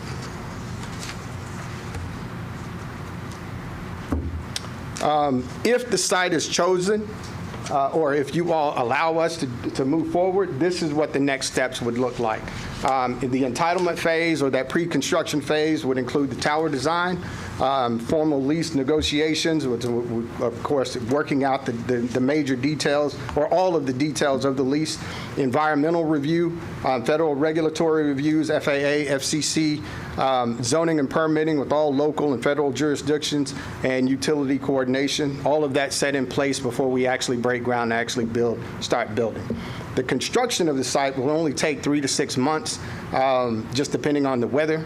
It just includes clearing, which in this case there is no clearing, the land is clear, but utility installation, the tower installation, fencing, landscape, and carrier installation, such as then the AT&T or T-Mobile or Verizon, whoever else would then bring in their construction crew to add their equipment to the site. And that's it. That's all I got. Any board members got any questions for Mr. Freeman, right? Freeman? Yes, sir. Yes, Mr. sir. Freeman? I do. Commissioner Hale? Yep.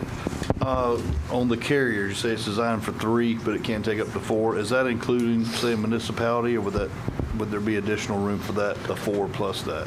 It would depend on the loading, what the equipment that's required or that you would require. Antennas are a lot heavier than typical municipality equipment. So more than likely, we would probably limit it to say 3 plus the additional county equipment, or we may even just say we're only going to go 2 plus the additional county equipment or city equipment. So it would all depend on the loading. There's something called a structural analysis that would be required. That would be able to tell us exactly what we could add and what we couldn't. Gotcha. Okay. You did mention other carriers such as Verizon. I know that's a popular carrier around this area that would probably benefit from that. Airport, I was just wondering, in relations to the airport, is there any issues with that? Have we looked at that, Mr. Scott? That's why it's 150. Okay, so that's why okay. Right. Correct. Yeah, we wanted to go 205, but because of that study, we reduced it to 150. FAA sets that or looks at that. The Correct. FAA does. Correct. Okay. And last but not least, design, seeing tower design. Do we build trees? Towers that look like trees? You can, but sometimes, well, you can. It can be done. In this case, because it's such an urban area, and the tower is going to be so much taller than the tree, it really makes it look awkward.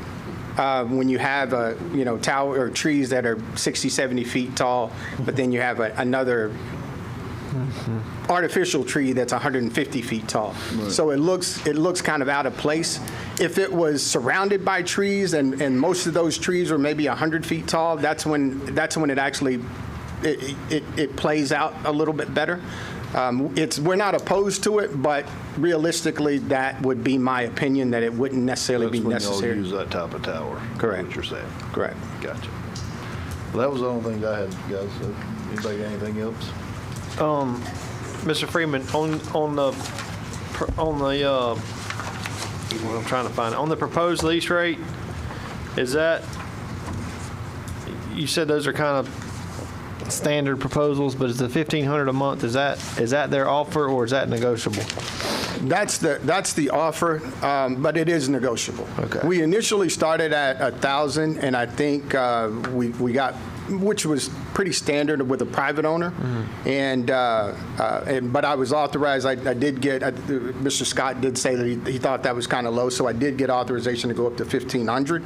And so we did increase that, but that is negotiable. If you have an offer, I can take that back to my client and see if we can get, that's where the negotiation would start. I understand.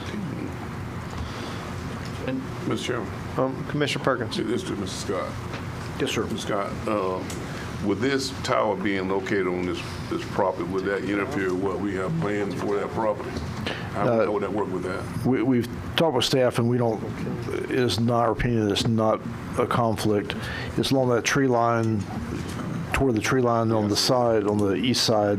We don't think it'll come into effect with, we need to double check the measurements on the new COVID building, COVID isolation building, but I think we're far enough away from the 500 foot there also, but we need to double check that. But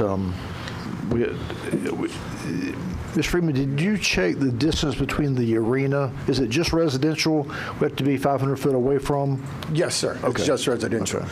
And we took the survey or the plans that you presented to us, we took those and we based our plans on the plans that you sent. And I think that, that reservation pond that's there, that is based on the plans that you presented to us. Right. So if you can if you look at this, you can kind of see the visual of the distance from where we are to your proposal. And that pond is about as far south on that property as the proposed construction of the new development. So we're well out of the way of that. Of that proposed development. Okay. So you're saying that it would be the same, like you say, 500 feet from a residential. So it's going to be also far away from that building to clear the building. It won't be 500 feet. I don't think it'll be 500 feet, but it will be. But it will be. It won't interfere with it. But it doesn't have to be 500 feet. Okay. With access, going back and forth for them to access it, would that interfere with anything we're doing? I was going to ask you a question, and I know Ms. First got another question. A lot of times we use that as an exit in some respects. I'd like for you to, if they agree to move forward with the project, make sure we've got access to the roadway going in, so we can have cattle trailers and whatever else exiting that way also if we need to. Is that the question you had, Mr. Furry? Yeah, just would we be allowed to use your approved road going into that facility? Yes, sir. We won't fence it or anything. We will fence in our compound, but we won't fence in the roadway. Right. And what we could do is, this is based on it being just adjacent or to that east boundary, but we could actually pull it off that east boundary 30, 40 feet, 50 feet, so that road can continue past it, and so we won't hinder any traffic that's going up and down that eastern boundary. Okay. I went over and took a look at it before I came out here, and I think that would be a sufficient proposal. Okay. I'd like for you to work with staff, in parks to just about that road and lining it up 40 or 50 feet, whatever. Yeah. You're talking about if we can be involved in that decision. And I was going to ask too, what about that property to the east of that road? Like, is that, I don't know if that property ever comes available. Is that something the county might be interested in? The fair owns? I don't know if the fair owns all the way back to 8. I think they go closer just to the arena. With the ag farm. Ag farm. Part, right. Yeah. Is that back there? I think there's a sliver there that the Fair Association owns. But, right. Any other board members got any questions? I had one more, just kind of on the heels of that. I mean, I'm hearing the 500 feet from residential. I think he was asking, would it interfere with the build? But what about for any future, like you say, maybe expansion of the Coliseum or anything? How does it affect commercial or county buildings, et cetera? Because I guess it's got to fall underneath the city. Yes, but in that whole property, there's some elevation issues for other construction going forward.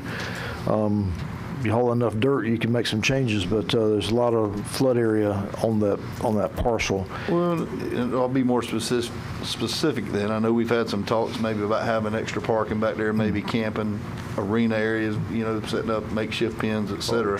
Does any of that fall into play of being an issue?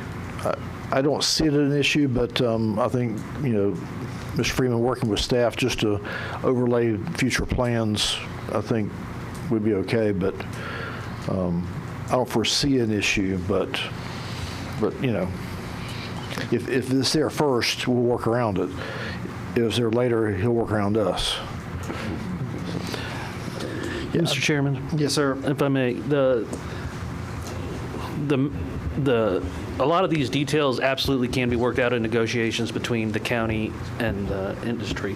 Kind of what I'm looking for macro guidance from the board on, if the board wants to proceed on this, is where are we at on the macro terms of, he says it's negotiable at $1,500 a month, but we're going to need to know, because that's where they were at, and that was kind of the end of the negotiations where we came up to you guys. So we need some guidance from the board here of, if you guys want to move forward, where's the board at on a price per month? I was getting there. Yes, sir. I have a question first. It says there 8% escalator per renewal. The initial term is for 10 years. So you're saying the proposal, if I'm reading this right, is $1,500 a month, which would be fixed for 10 years, and we wouldn't get an escalator until that first renewal. Correct. Okay. Honestly, I don't really like that. 8% of $1,500 is $120. I would rather see something like $1,750 a month and like a 3% annual, like a CPI index where it adjusts every year, not a fixed term for 10 years. That's just me. I'm one of five. That was my same concern as well, Chairman. And again, my number was kind of $1,750 with a 3% CPI an annual movement, not 8% at the end of 10. Okay. And the first one would be 10, the second one would be 5 and 5 and 5. But I like $1,750 and 3% annually, starting at the beginning of the first year. Okay. I don't have the authority to make that decision now, but yeah. Totally understand. Yes, sir.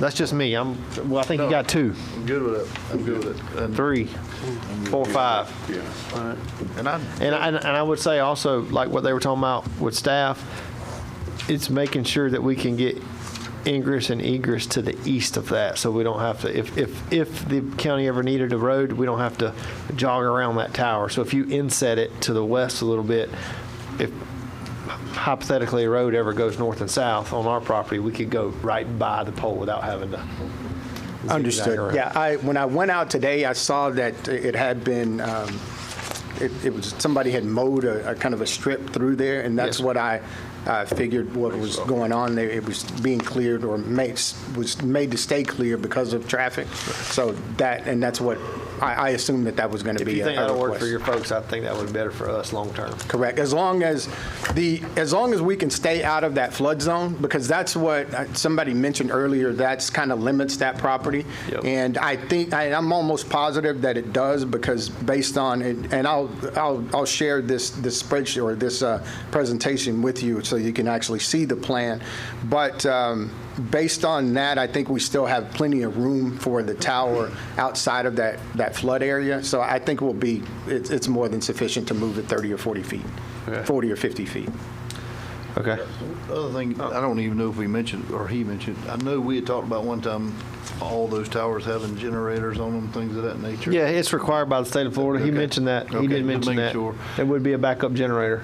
We've had a bad taste in our mouth from hurricanes here lately. Correct. And some of those storms or some of those towers did not have backup generators, so a lot of our citizens didn't have cell phone service for days. Yeah.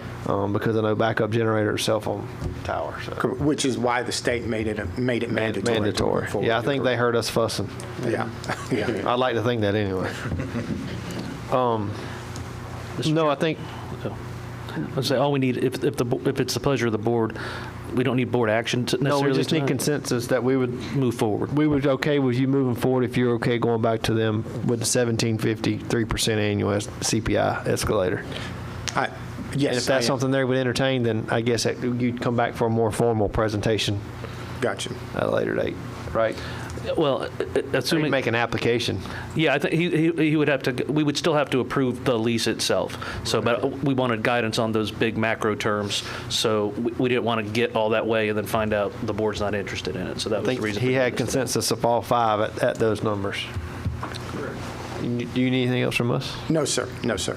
Mr. Chairman, I'd suggest that he negotiate with the attorney, final numbers, and also coordinate with staff. Alden, not sure if Alden's in the room or not tonight, but Yep. Well, Mr. Morrison can run point, and then our county attorney kind of run point from here. Now that he has some directions, I guess you could kind of work with him, and if there's our Parks and Rec directors who he was talking about, they kind of oversee that property to make sure that whenever you go out and stake your site, that those guys will be happy with it. Gotcha.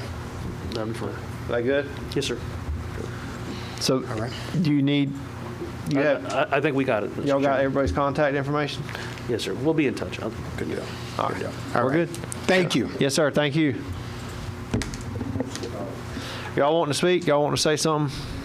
Yeah, I just had one comment. Richard Snyder, Brantford, Florida.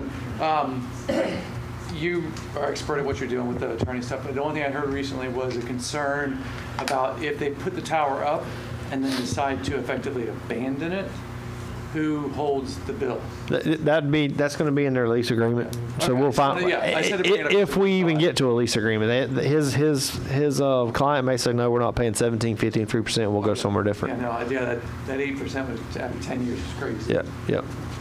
Mr. Klepper. Still Moses Klepper. Thank you, Commissioner Hale.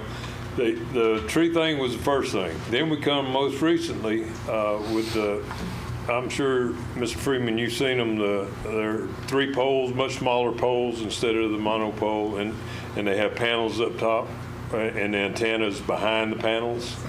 Right. Does this company manufacture? That you're talking about a stealth tower, and if it's required by the city, then sometimes we can, but they are a lot more expensive to build, and sometimes those are what will often kill the deal, which is why you don't see as many as you see regular standalone tripod or monopole towers. So the cost of them, they almost double the price of a standard tower. So that's taken into consideration. If it's required, that would be something that would be waived. In your expert opinion, you mentioned that the tree is odd looking, and I'm not going to argue that when it stands out alone. But the stealth tower, first time I heard it referred to that, makes sense. So kind of stealthy. Do you consider it odd? It depends. It depends on what it's. Let me ask then, more odd than the mono tower with all the antennas hanging off from it? It depends on. Usually when you use a stealth tower, it's because it fits the aesthetics of a particular neighborhood. So for instance, if you had a lot of ornate buildings and you created a bell tower that fit in with the aesthetics of that community, that's why you see those. Maybe it's a church that has and you make an 80-foot cross. That's a stealth that has antennas that are built within that cross. Then that kind of fits the aesthetics of the community. Sometimes if you build just an 80-foot tripod that just has 3 sides to it in the middle of nowhere, then it defeats the purpose of trying to make it blend into the community. It can be done, and it would be to the pleasure of the property owner, meaning the county. But it's, again, all of those factors, because of the cost, all of those factors go into play whether it can be built or not. Thank you, Mr. Freeman. I think we're good. Are you here for this one? Just a quick question. I know it had been brought up about the 500-foot required setback from residences. That language is eerily familiar with some language the county used to have in their zoning regulations, and I don't know the cities. Just wanted to make sure that there was not a reciprocating effect to that. It's all well and good to address it when you're siting a tower, but does it prevent the placement of a residence within 500 foot of a tower? That's been the question, because then it starts infringing on property rights, affecting property rights with the taking without being compensated for it. Yep. So The county used to have a similar requirement. We changed that. So I don't know the city's requirements on that. I didn't know if there was a reciprocating Maybe to you that. should look into it. Yeah, I'd ask Mr. Freeman or suggest Mr. Freeman to check into that to make sure you don't open yourself up for property rights violations if they say, well, you can't build a house, and then so therefore the landowner next door was going to build a house there. Now he can't because you put your pole there. Now you're going to get sued. So Yes, sir. I just suggest you talk to the city. I've had several conversations with the city prior to, in the initial phases of trying to establish where we could actually build a tower. So, and that never came up. And I've asked several times about the 500-foot separation. So that never came up based with them saying that it was a reciprocal, it may come up with a reciprocal issue. But at the same time, I never thought to ask them that. So I will double back and verify if that's the case. Thank you, Mr. Freeman. I think we're good. Good luck. you. Yes, sir. Thank you. Thanks for coming. Safe travels home. You said Dallas? Yes, sir. Safe flight. I'm assuming you flew. Yes. All right, next item on the agenda while he gathers his equipment up is item number 21, discuss with possible board action preliminary plat approval for Dewey Meadows subdivision. Mr. Meeks. I'm going to do what you did, Frank, so hold the wheel. Mr. Chairman, board members, you have a preliminary plat approval. Our process beyond this point could change. I know that's been approved on the consent, so would we still need to handle this? Or No, prospectively, this would all be handled internally by your office. moving forward? Yes, sir. Okay. So we would do a preliminary plat approval under the board, and then final plat approval would be through us? Mm-hmm. Okay.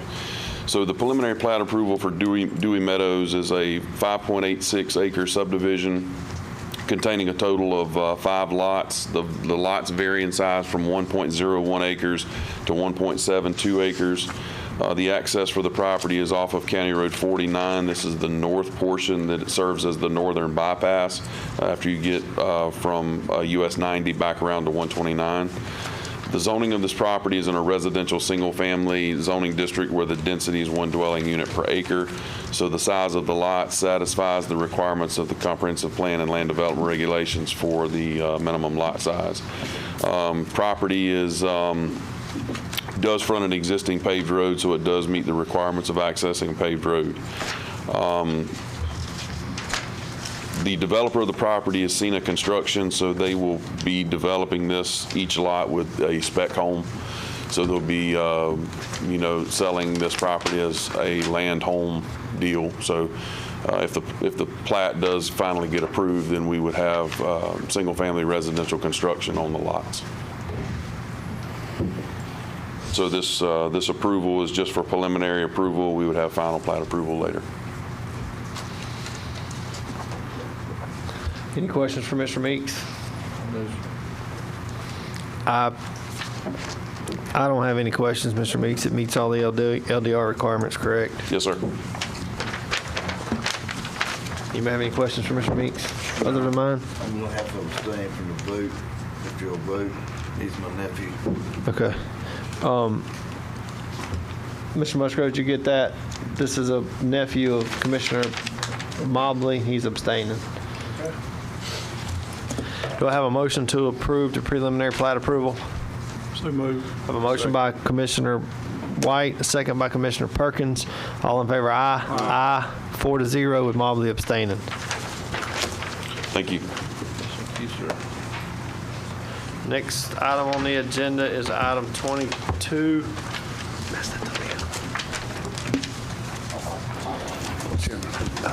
Leo.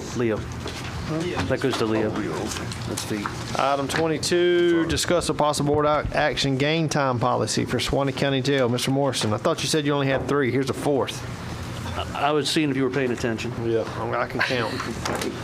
All right, go ahead. Thank you, Mr. Chairman. Without getting into the details, I put as much in the packet as I could.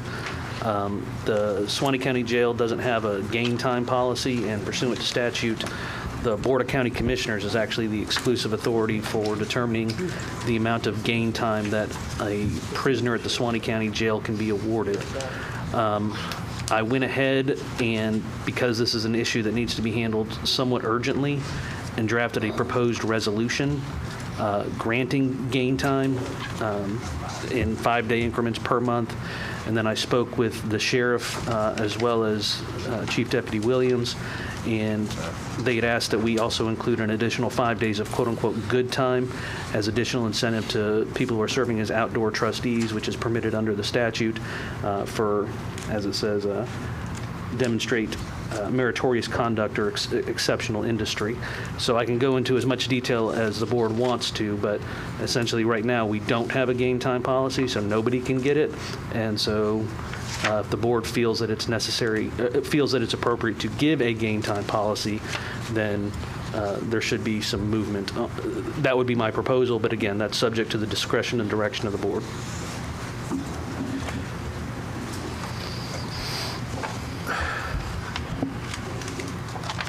I think I understand this. So currently, the board has never or has not done a gain time, but we are the ones that are supposed to approve a gain time policy. Am I right? Yes, sir. So previously, the sheriff had a gain time policy. As I mentioned in the attachments, County Judge Griffin caught that and notified me as county attorney that the current gain time policy that's being used doesn't comply with Florida statutes. So I wanted to remedy that as quickly as possible. So the sheriff does not have the authority to award gain time for prisoners in the Suwannee County Jail. Only the Board of County Commissioners can award gain time. So the proposed policy says that there would be automatically given 5 days of gain time per month for people who are not, for lack of a better phrase, demerited for behavior, and then authorizes an additional 5 days per month at the request of the sheriff for good time. That good time, the sheriff, Chairman. And that, Go ahead. I'm sorry, Commissioner that good Perkins. time won't apply to those that's working as No, I think it's in addition to, so they're able to get 5 days per month working work week. I mean, those and trustees. 5 days good time. That's the way I read it. But the good time only applies to the trustees? So I phrased it, quite frankly, deliberately vague, because that's the way the statute read, meritorious conduct, and however they did it. But I spoke with Sheriff St. John as well as Chief Deputy Williams, and the reason for that is a reward for your outdoor trustees. And so that was the reason for including it. So if somebody became an outdoor trustee and was sentenced to a term of imprisonment in the Suwannee County Jail, they could get up to 10 days per month in gain time. So, Mr. Morrison, the current policy, if someone is sentenced to 12 months in the county jail, the current policy allows them to get 20 days per month good time or... Well, let me...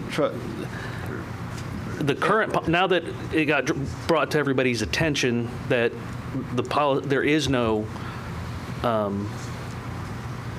policy by the Board of County Commissioners regarding gain time, there would legally be no gain time. Does that make sense? So somebody who's sentenced to 360... Because we don't have one, and only the board can authorize it. And so what this does is it authorizes... This would, yeah, so that answers the question then. And then per month of that 365 days, they could earn up to 10 depending on their trustee status. Yeah, 10 for a month. I got you. So is that Florida statute 5 days? Is that, where did we get 5? So yeah, what the statute says is it caps the amount of gain time that can be given by the Board of County Commissioners. And what it says is that for a county jail sentence of 1 to 2 years, that cap is 5 days per month. For a county jail sentence of 3 years, it becomes 10 days per month. For 4 years, it can become 15. And you see, I put there in the footnote of my executive summary, I didn't bother to put things in there when you get to county jail sentences of more than 3 years. Because most people don't get sentenced. They go to DOC and where that would come from the past is there used to be what was called the jail bed program, where people would get sentenced to a DOC sentence that could be served in the county jail, and that would be governed by the county commissioners by that policy, but that's been done away with. And so I'll put it this way, I've been practicing law a long time, and I don't know anybody who's been in a county jail sentence that exceeds 2 years as a practical matter. And so so that's where the 5 days came from, and then the 5-day cap on good time also comes from the statute. Okay. So I think those I are two understand. separate authorities for separate awards of game time. I understand. Sheriff? You know, I mean, like I said, I talked to your attorney, Mr. Morrison, about all this here, but after I talked to him, I got with Captain Carver and Lieutenant Williams, Walker here, and maybe I'll just let them explain that, since they were there every day. Kind of let them explain about how we've been doing things, and that kind of help get this thing resolved for us.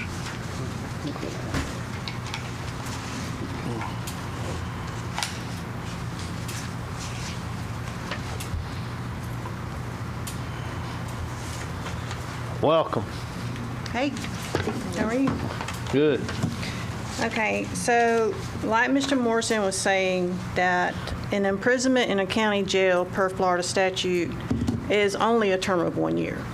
So when you go back and look at the 951.21 Florida statute, where it says criminal procedure and corrections in a county, there's no such thing as somebody getting 1 to 2 years, 2 to 3 years, 3 to 4, 5 years. It just, according to the statute's contradicting itself. So you have one saying they can't get more than a year, then the one that you're trying to go by says they can get up to 5 years. But it says in the addition to time credits that the county commissioners may give up to 5 days. It doesn't say that they're only supposed to get 5 days, because in 950.001, it says the rules and regulations relating to management, maintenance, operation of regional jail, provided that such rules, regulations consist with the Department of Corrections.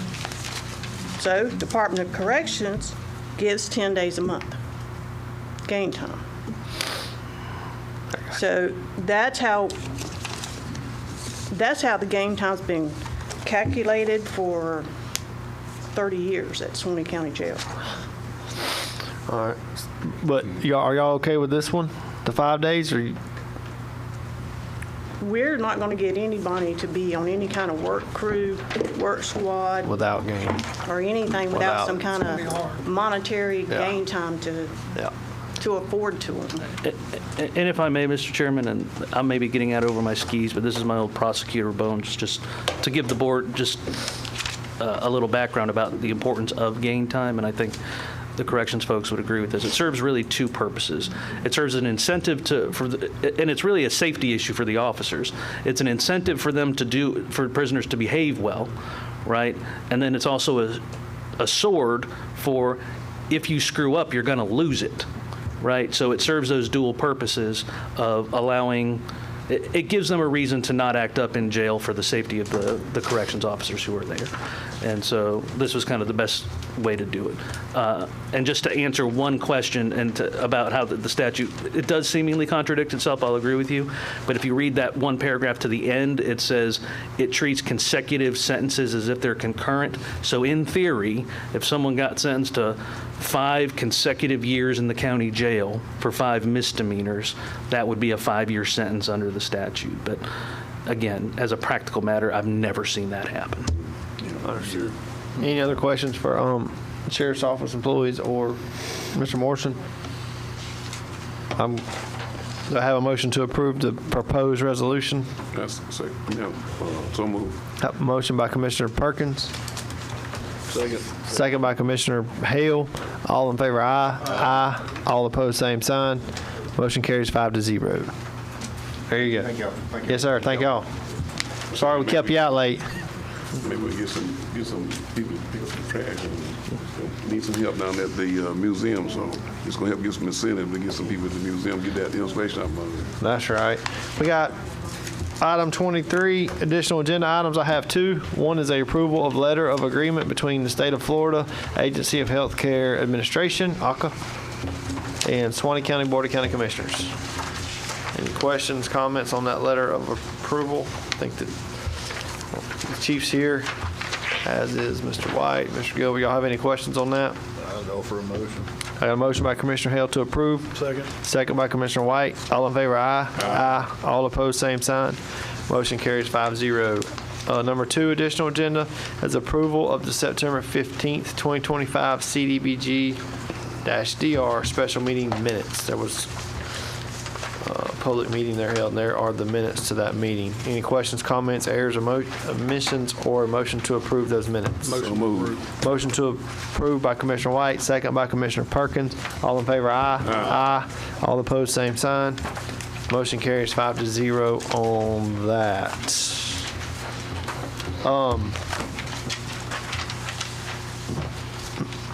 Item 24. Administrators' comments and information. Mr. Scott? Yes, sir. This might be your last hoorah, buddy. Well, won't be my last meeting, but the last time I'll sit in this chair. Take as long as you need. Well, good deal. Thank you. You're not allowed to cry. Okay. Can I get game time? We got you on the clock. So let me first, the rate study, we talked about that. Last time we were here in the budget workshop, we talked about that after the workshop. I was going to bring back the numbers after the 1% increase and the 50% increase that's budgeted in. The total number to bring up to minimum after that was $306,011.93. That affects 114 employees. As we recall, we talked about that last time, that we bring that number back, let you look at that in your budget considerations. I think Monday we have a final budget hearing, and be glad to, if you got any direction for staff, do anything different or bring more information, be glad to do that. There will be, just for formalities, there will be later an agenda item that will come to you if you choose to fund this increase, and is to adopt the rate study. There'll be a formal packet that's presented probably the next agenda or next commission meeting or so.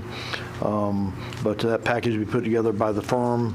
But as we talked about at the workshop, you needed the number in case you wanted to change and add that into the budget for that, bring everybody up to minimum. Okay. Answer any questions for anybody, or?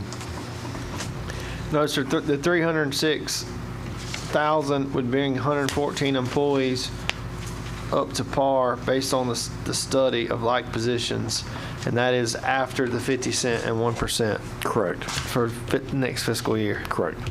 Okay, so commissioners, what y'all need to be thinking about is before the final budget hearing, if you want to take any monies or all monies out of contingency to help or assist departments that may not be able to find that amount. I mean, the 306 is that's a big number, but when you look at it by department, that's not that big. Right. So I would like to ask some of the departments to try to find some within their own budget. So let me, I don't mean to interrupt, Mr. Chairman, but we'll be needing to look at compression also. So we may have an employee that's been here 15 years making the same thing as somebody who's been here 1 year because of the minimum rate, that they may be that minimum rate. So what I would suggest is go ahead and put in the budget the 306, ask departments to look within their budget to try to fund any compression you've got, along with the county administrator, and working with them to move forward that way. Are you trying to trick me into saying I'm going to put 306 on the record so that every department can say, well, I couldn't find it, but there's 306 over there. I need some of that. Two actions. One is to bring everybody up to minimum. You know what I mean? He's pretty slick right there. Not my He's leading me right down the trail right there. I guess you're going to go out with a hoorah, huh? Hey, what the heck? About time, right? Anyway, so just for your consideration, we can discuss it more. If you want to call me or any of the staff that's been working on this, feel free to call us and we can talk through it if you have any questions. Okay.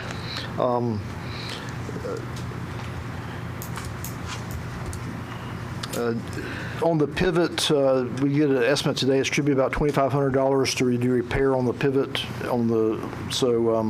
And we can discuss that later if you want to think about that. If that's too much or not enough, we can fix it or just leave it as is. I would say leave it as is and disclose to any of the potential tenants the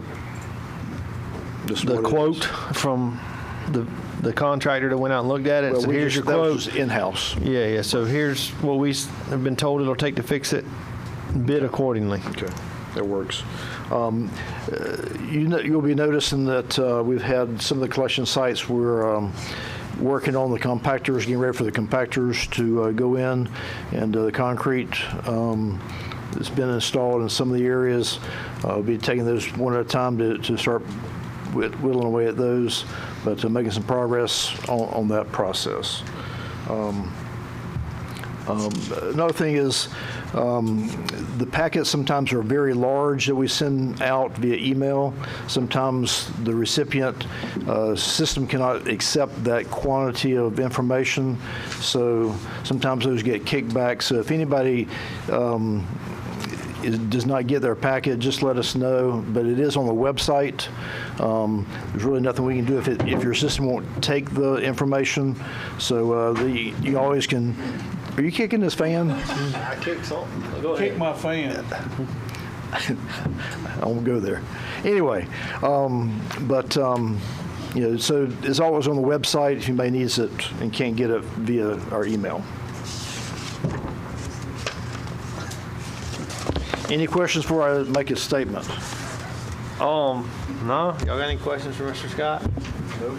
Not yet. We might have some later. You probably will. Okay. As you mentioned, this will be my last time unless we have an emergency meeting and may have to be back for that. But last formal meeting for the commission. I'd like to thank the commission and the citizens of Suwannee County for having me serve for almost 37 years or 37 years. November 11th, 1988 was my first day, and I rolled into town early morning. I drove all night from Illinois to come back home and drove up in the parking lot at Hale Park and looked at the condition of things, and I said, what the heck did I do? But just appreciate the opportunity to give back. I hope as a kid you take from a community, you learn from a community. I just hope I've given back more than I've taken over the years. I'd like to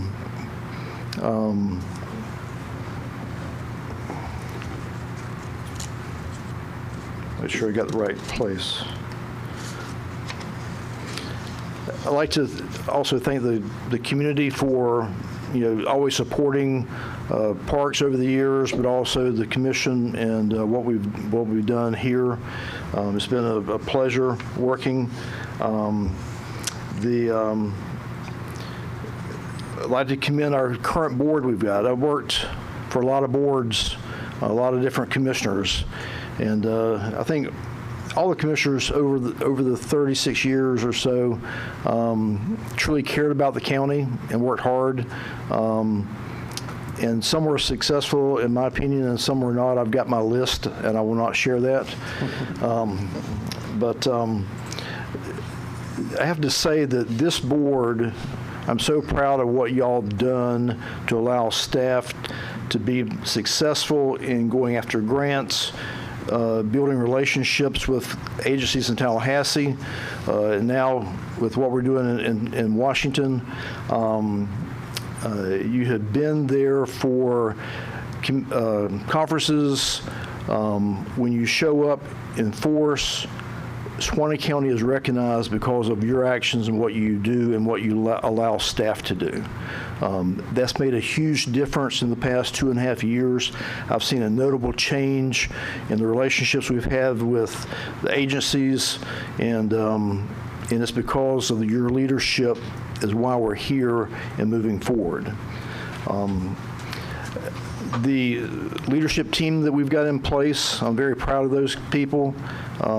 We challenge each other to work harder, to do better, bring new ideas. As our newest hire Dan has done as an example, brought a lot of new ideas, and he challenges us. We challenge each other. We're meeting every month to try to get better at what we do, and I'm just proud of what they've accomplished. You look at the projects that we've been doing. Jason read off some, just part of them tonight, about the buildings and the infrastructure and different projects we've got going. Suwannee County's never seen this before, or what we've been accomplishing. And I'm so proud of what they have accomplished. But probably more importantly is the whole staff, the employees top to bottom. There's been a change in how they do things. There's been a change in successes that they're accomplishing. I've had employees tell me, I don't have to look over my shoulder anymore. We can just do our jobs. I'm so proud of each employee that we have working. Am I always satisfied? No, because I'm not satisfied with the guy I look in the mirror every morning either. But I'm proud of what we've established, but it's been a team effort, and a lot of that's because of your leadership that you've been allowed us to have. Even did a good job hiring this guy too, so I won't go there. I'll pay you later.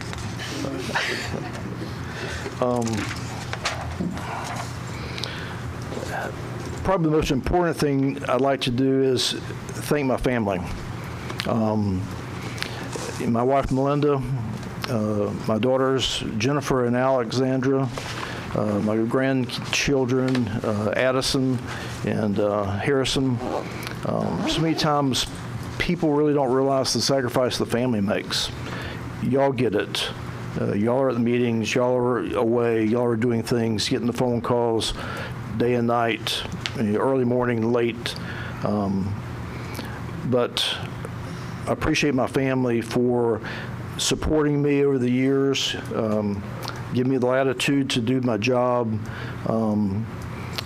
putting up with me whenever you leave it before daylight to go work at the EOC, drive through the trees and the power lines back to the yard to get back to realize they've been in the hot, in the heat, and I've been in the AC at the EOC, and they welcome me that I'm glad that I'm home. But the trees are still in the yard, so I should be there picking up limbs. But anyway, but their support has been very, very important. It doesn't hit you till you think about two little things. My son was here for Christmas a couple years ago. He said, "Dad, you were never home." And I said, trying to make a living, trying to do what's right for the community, trying to do what's right for you, trying to raise money for the family. But Dad, we just wanted you. It cuts pretty deep. More recently, when I got this opportunity as administrator, my granddaughter that loves to hunt and fish and straight A student, beautiful child, she said, Grandpa, if you had your old job, we'd be hunting by now.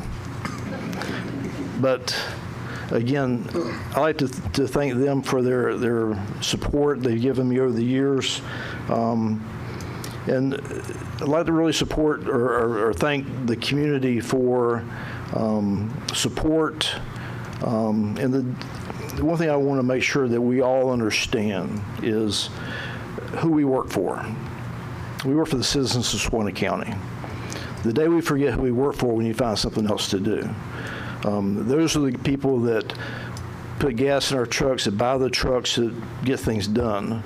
But the important thing is remembering those folks and do what's right for them. Sometimes they don't understand that the decision we make, they get frustrated with things. But I do know that this board that we have, the staff that we have, truly work hard for every citizen in Suwannee County. You put the citizens first every time, whether they see it or not, and I know that. So again, thank you all for allowing me to serve. Thank the community for allowing me to serve, and obviously thank my family for supporting me and giving me a chance to serve. So thank you all.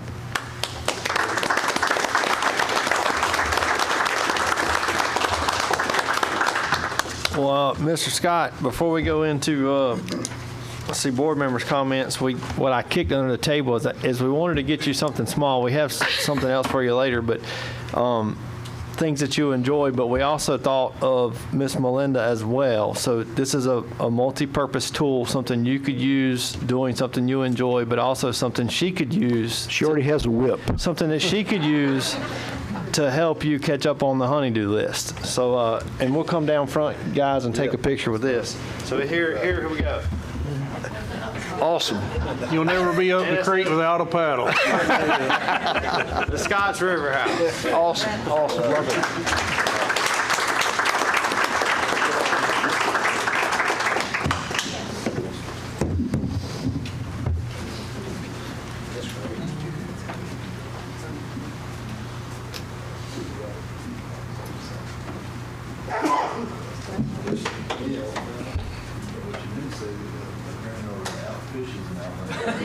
Yeah, I just wanted to meet.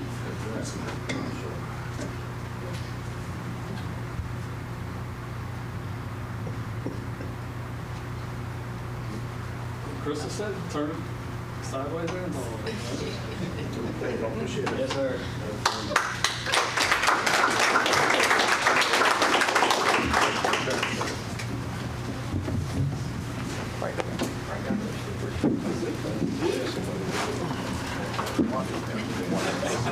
Hell, in 20 years,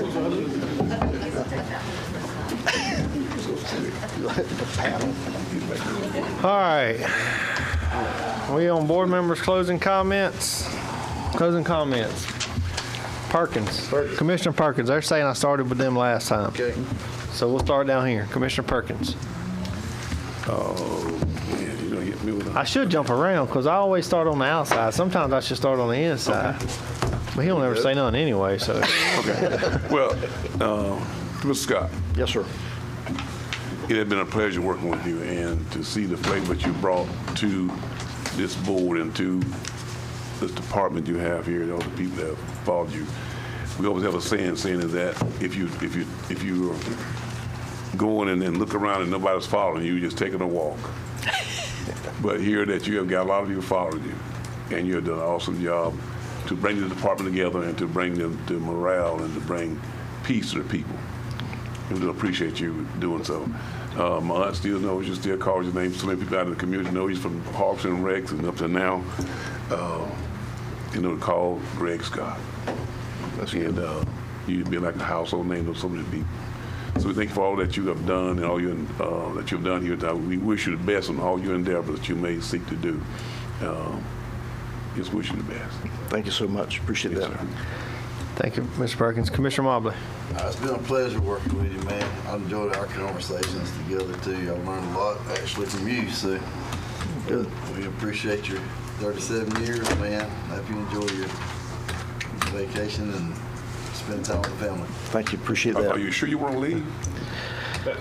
I don't think it's his choice. We better ask her. Somebody in the back. She's nodding yes. Commissioner Hale. I obviously echo everything that has been said here, Mr. Scott. You know, you and I go back before me being a commissioner, and becoming a commissioner, just like a lot of these folks here, was very nervous in the beginning. There's a lot of things we have to learn, but you were one of the first ones to reach out to me to offer guidance and support, and may not have always seen eye to eye on a lot of things, but we worked through it and had some really good conversations, and I'm better for that. So I appreciate you for that. I appreciate what you've built here in the short amount of time you've been here, and I actually look forward to you finding all the fishing holes and sending me some of those coordinates so I can come down there and go fishing as well. So, but congratulations. Thank you. Sounds great. Thank you, Commissioner Hale. Commissioner White. appreciate your service. I know you really didn't want this job when we came to you to get you to help us with it, but sure do appreciate it. Appreciate all your service to Suwannee County. It's truly remarkable, and we'll miss you. I do expect to mess fish every now and then. Yes, sir. Invite. Mr. Scott, I don't know where to start. I graduated high school in 1997, Suwannee High, which means I was playing Little League Baseball when you first got here. And I remember you passing out baseballs and helmets and bats and football gear when I was a kid. And now I'm sitting here talking to you, telling you goodbye after serving the citizens of Suwannee County for 37 years of extraordinary service. I think that you will probably go down in history as one of the best employees that Suwannee County ever had. Appreciate that. Your family and the sacrifices that they give, I think we all get it. Yes. It's not just your time away, but it's even when you're with them and the phone calls that you take and have to take while you're with them that distracts you from the time that you're actually with them, but you're not. Right. Physically you may be, but mentally you're gone. So like Commissioner Hale said, you come on the board 5 years ago for me, young, not knowing left from right when it comes to government and where to go or who to talk to. And Mr. Scott was one of the first ones that reached out and said, hey, anything I can do to help you, let me know. And it didn't just involve Parks and Rec. It was anything within the county. Even personal. And personal, yeah. I mean, not to talk about the past, but I kind of had a rocky start when I first got elected. And, I mean, everything in life happens for a reason. And, you know, what doesn't kill you makes you stronger, and the Lord will always guide you through it. And I respect you tremendously by living by that code yourself. And I think it reflects amongst the employees and the faith that you have in Christ. Thank you. So, Amen. you'll be missed. And again, thank you for filling in whenever I know you thought you were on the way out and you were in cruise control, and we kind of grabbed you by the tail and said, no, you're not going anywhere, and slung you in here. But, you know, you stood your ground and did well. And, you know, as the Lord send me, you know, so thank you. You're welcome. And appreciate the comments. One thing I was going to add is that just so that everybody knows, it's a lot easier on the back of the rows than it is up here. Because back in the day, whenever I was sitting there and, you know, I was like, what are they doing? But now up here it's a little bit different. So see a little different, yeah. Well, Mr. Scott, we appreciate you. I know the Suwannee County, on behalf of them, I know that they appreciate your 37 years of making Suwannee County better. Thank you all so much. Yeah. Anything else? Yeah. Nope. Motion to adjourn. I have a motion to adjourn by Commissioner White, a second by Commissioner Perkins. Mr. Scott, would you like to pound this gavel? I'd love to. So, There you go. once you get control of it, I'm going to ask all in favor of motion to adjourn, say aye. Aye. There you go. Motion carries 5-0. That's it. Come on.